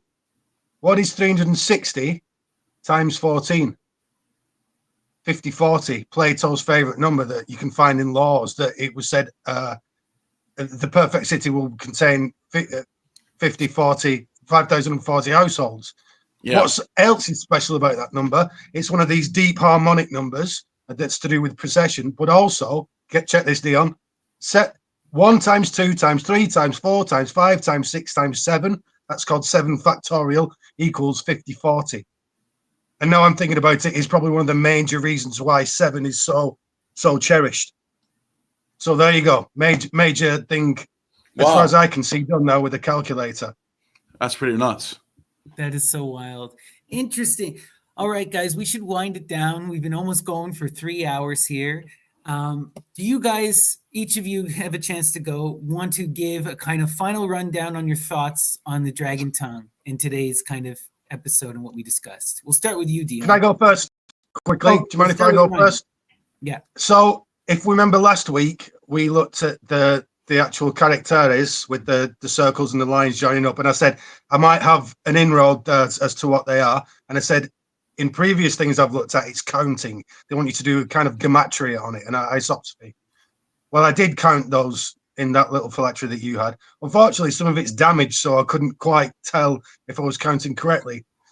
The maths I got out of it, unfortunately, didn't yield anything, but the 2 numbers I got from it were 21 and 24, which are esoteric numbers, 24 hours a day. 21 is the number of the major arcana in the tarot, and similar things of that ilk. So That's I didn't amazing. actually pull anything out of it, but they are I did want to say one thing about suspicious. that. I've been digging into this quite a bit since we first talked about the chakra-teres, and I'm pretty certain that it's a combination of Lala and Sabazios, Lazios, or Lalazos. Like, as Neil even almost read it, just verbatim. It's we were overcomplicating and overthinking it. They're just twisting a couple of the letters from the Greek, and then they're adding in a couple star signs. And it's the combination of the Great Mother and the Father, right? That coming together of Virgo and Scorpio to produce that phonic image again, that reassembles. It just seems so. It seems so important and so upfront. And most of the things in these occult studies, when you pull them back, they might seem random on the top, but there's techniques underneath. Oh, there's so much going on, because we know this for sure. And I'm sure that there's something about the counting, because I'll remind everyone, on the first episode you were on before Neil was, we showed that quote from Iamblichus, who says that the chakra-teres contain the totality of ritual and the total power of theurgy, and that just by looking upon the symbols, you don't have to say anything or do anything, you're doing the whole rite.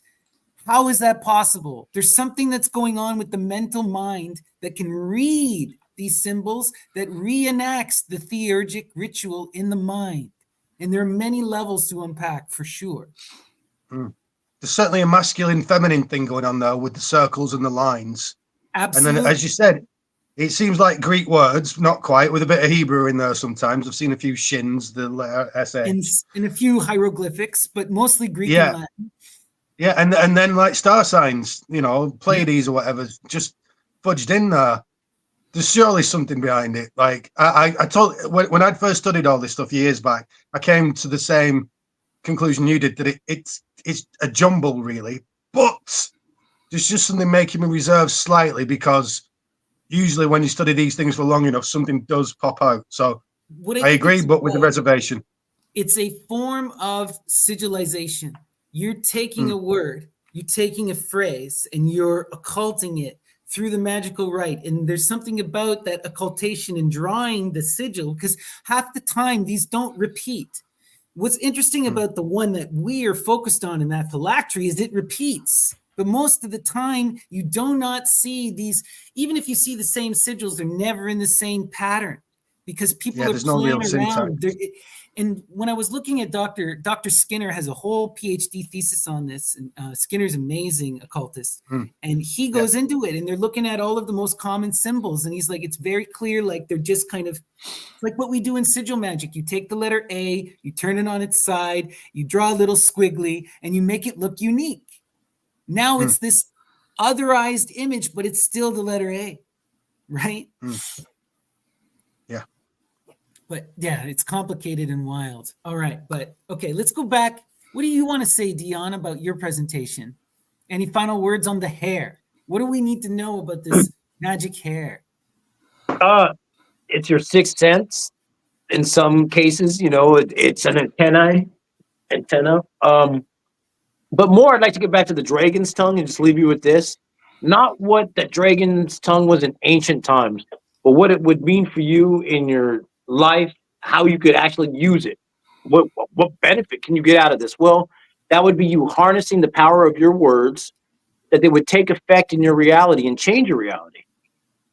You know, there's people that speak things into existence through their words. So to me, that's the dragon's tongue, is you harnessing the power of your speech to communicate to the universe and your friends and family and others what you would like to happen in life. Well, it's this again, isn't it? It's that good speech symbol. And I just said abracadabra, which means, shall it be so I speak? Right. So, yeah. Right. Wow. But what is a word? What is a word? And again, why do you have to spell words? Why do you do it in cursive? Why is the syntax to it? You know, it's what is a word? That's why they made it a god. Yep, that's why it's Hermes, right? Yeah. And you know, it also takes me back to what you were talking about with that actor there, Heath Ledger. You know, we see similar stuff with other figures who engage in this kind of transformative magic. Another clear example is Jimi Hendrix. Deanna and I, we've been meaning to do an episode on him because we've ranted about it a dozen times. But look at the lyrics to that song, "Wind Cries Mary." Definitely possessed. Child. He's definitely possessed. This is a guy who knew and purposely burned himself out so that he could ascend like a star to the sky to transform reality. And he freaking did it. Yep. But at great cost, right? Wild stuff. I got one more thing. My last thing to say. I want to show you something real quick from Sophocles. Sophocles talks about the dragon here, believe it or not. He mentions the dragon. He says, "You who have many names, pride of the Cadmean bride, child of Zeus, the loud thunderer," who's Dionysus, by the way. "You who rule famous Italy and lord in the hollows of Demeter of Eleusis." People who think Dionysus didn't have anything to do with Eleusinian mystery, they're crazy, because he says it right here. "Lord in the hollows of Demeter of Eleusis, open to all, Bacchic god, who live in the mother city of the Bacchants, Thebes, by the watery flow of Ismenus, near the seed of the savage dragon." Isn't that crazy? And then it says down here, "Upon you the looks of the fiery flame of pitch beyond the rock with double peak. Walk the Corsian Bacchic nymphs, the Castilian spring, and the ivy-covered slopes of the hills of Nisa, and the green coast with many grapes send you here, while your voices divine cry, Iwo, as you visit the streets of Thebes." Imagine watching that in a play, like in a theater. Wow. Imagine watching a chorus performance in a theater. And he says, "The seed of the savage dragon." Remember, he's born from the dragon and Persephone. It says it right there. Right. And the dragon is that Zeus.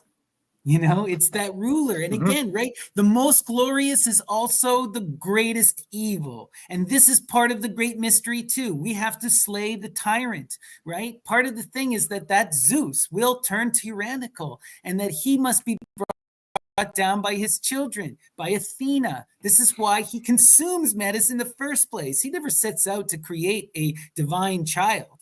He sets out to try and stop his children from displacing him, just like what happened to his father, Kronos, who was dethroned by his children because he refused to change, to die and be reborn. He didn't want to go through that process. And we're seeing the same thing with this Zeus. And what does Zeus do? He's consuming all his children.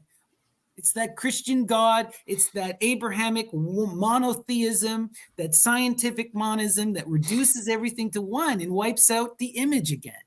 Which is the opposite of Pan, who is the all. Yeah, who is the all, right? And then they use that image for the devil. They do. Yeah. Right? But also, who is Pan? The attendant of Dionysus. Right? The attendant of Dionysus.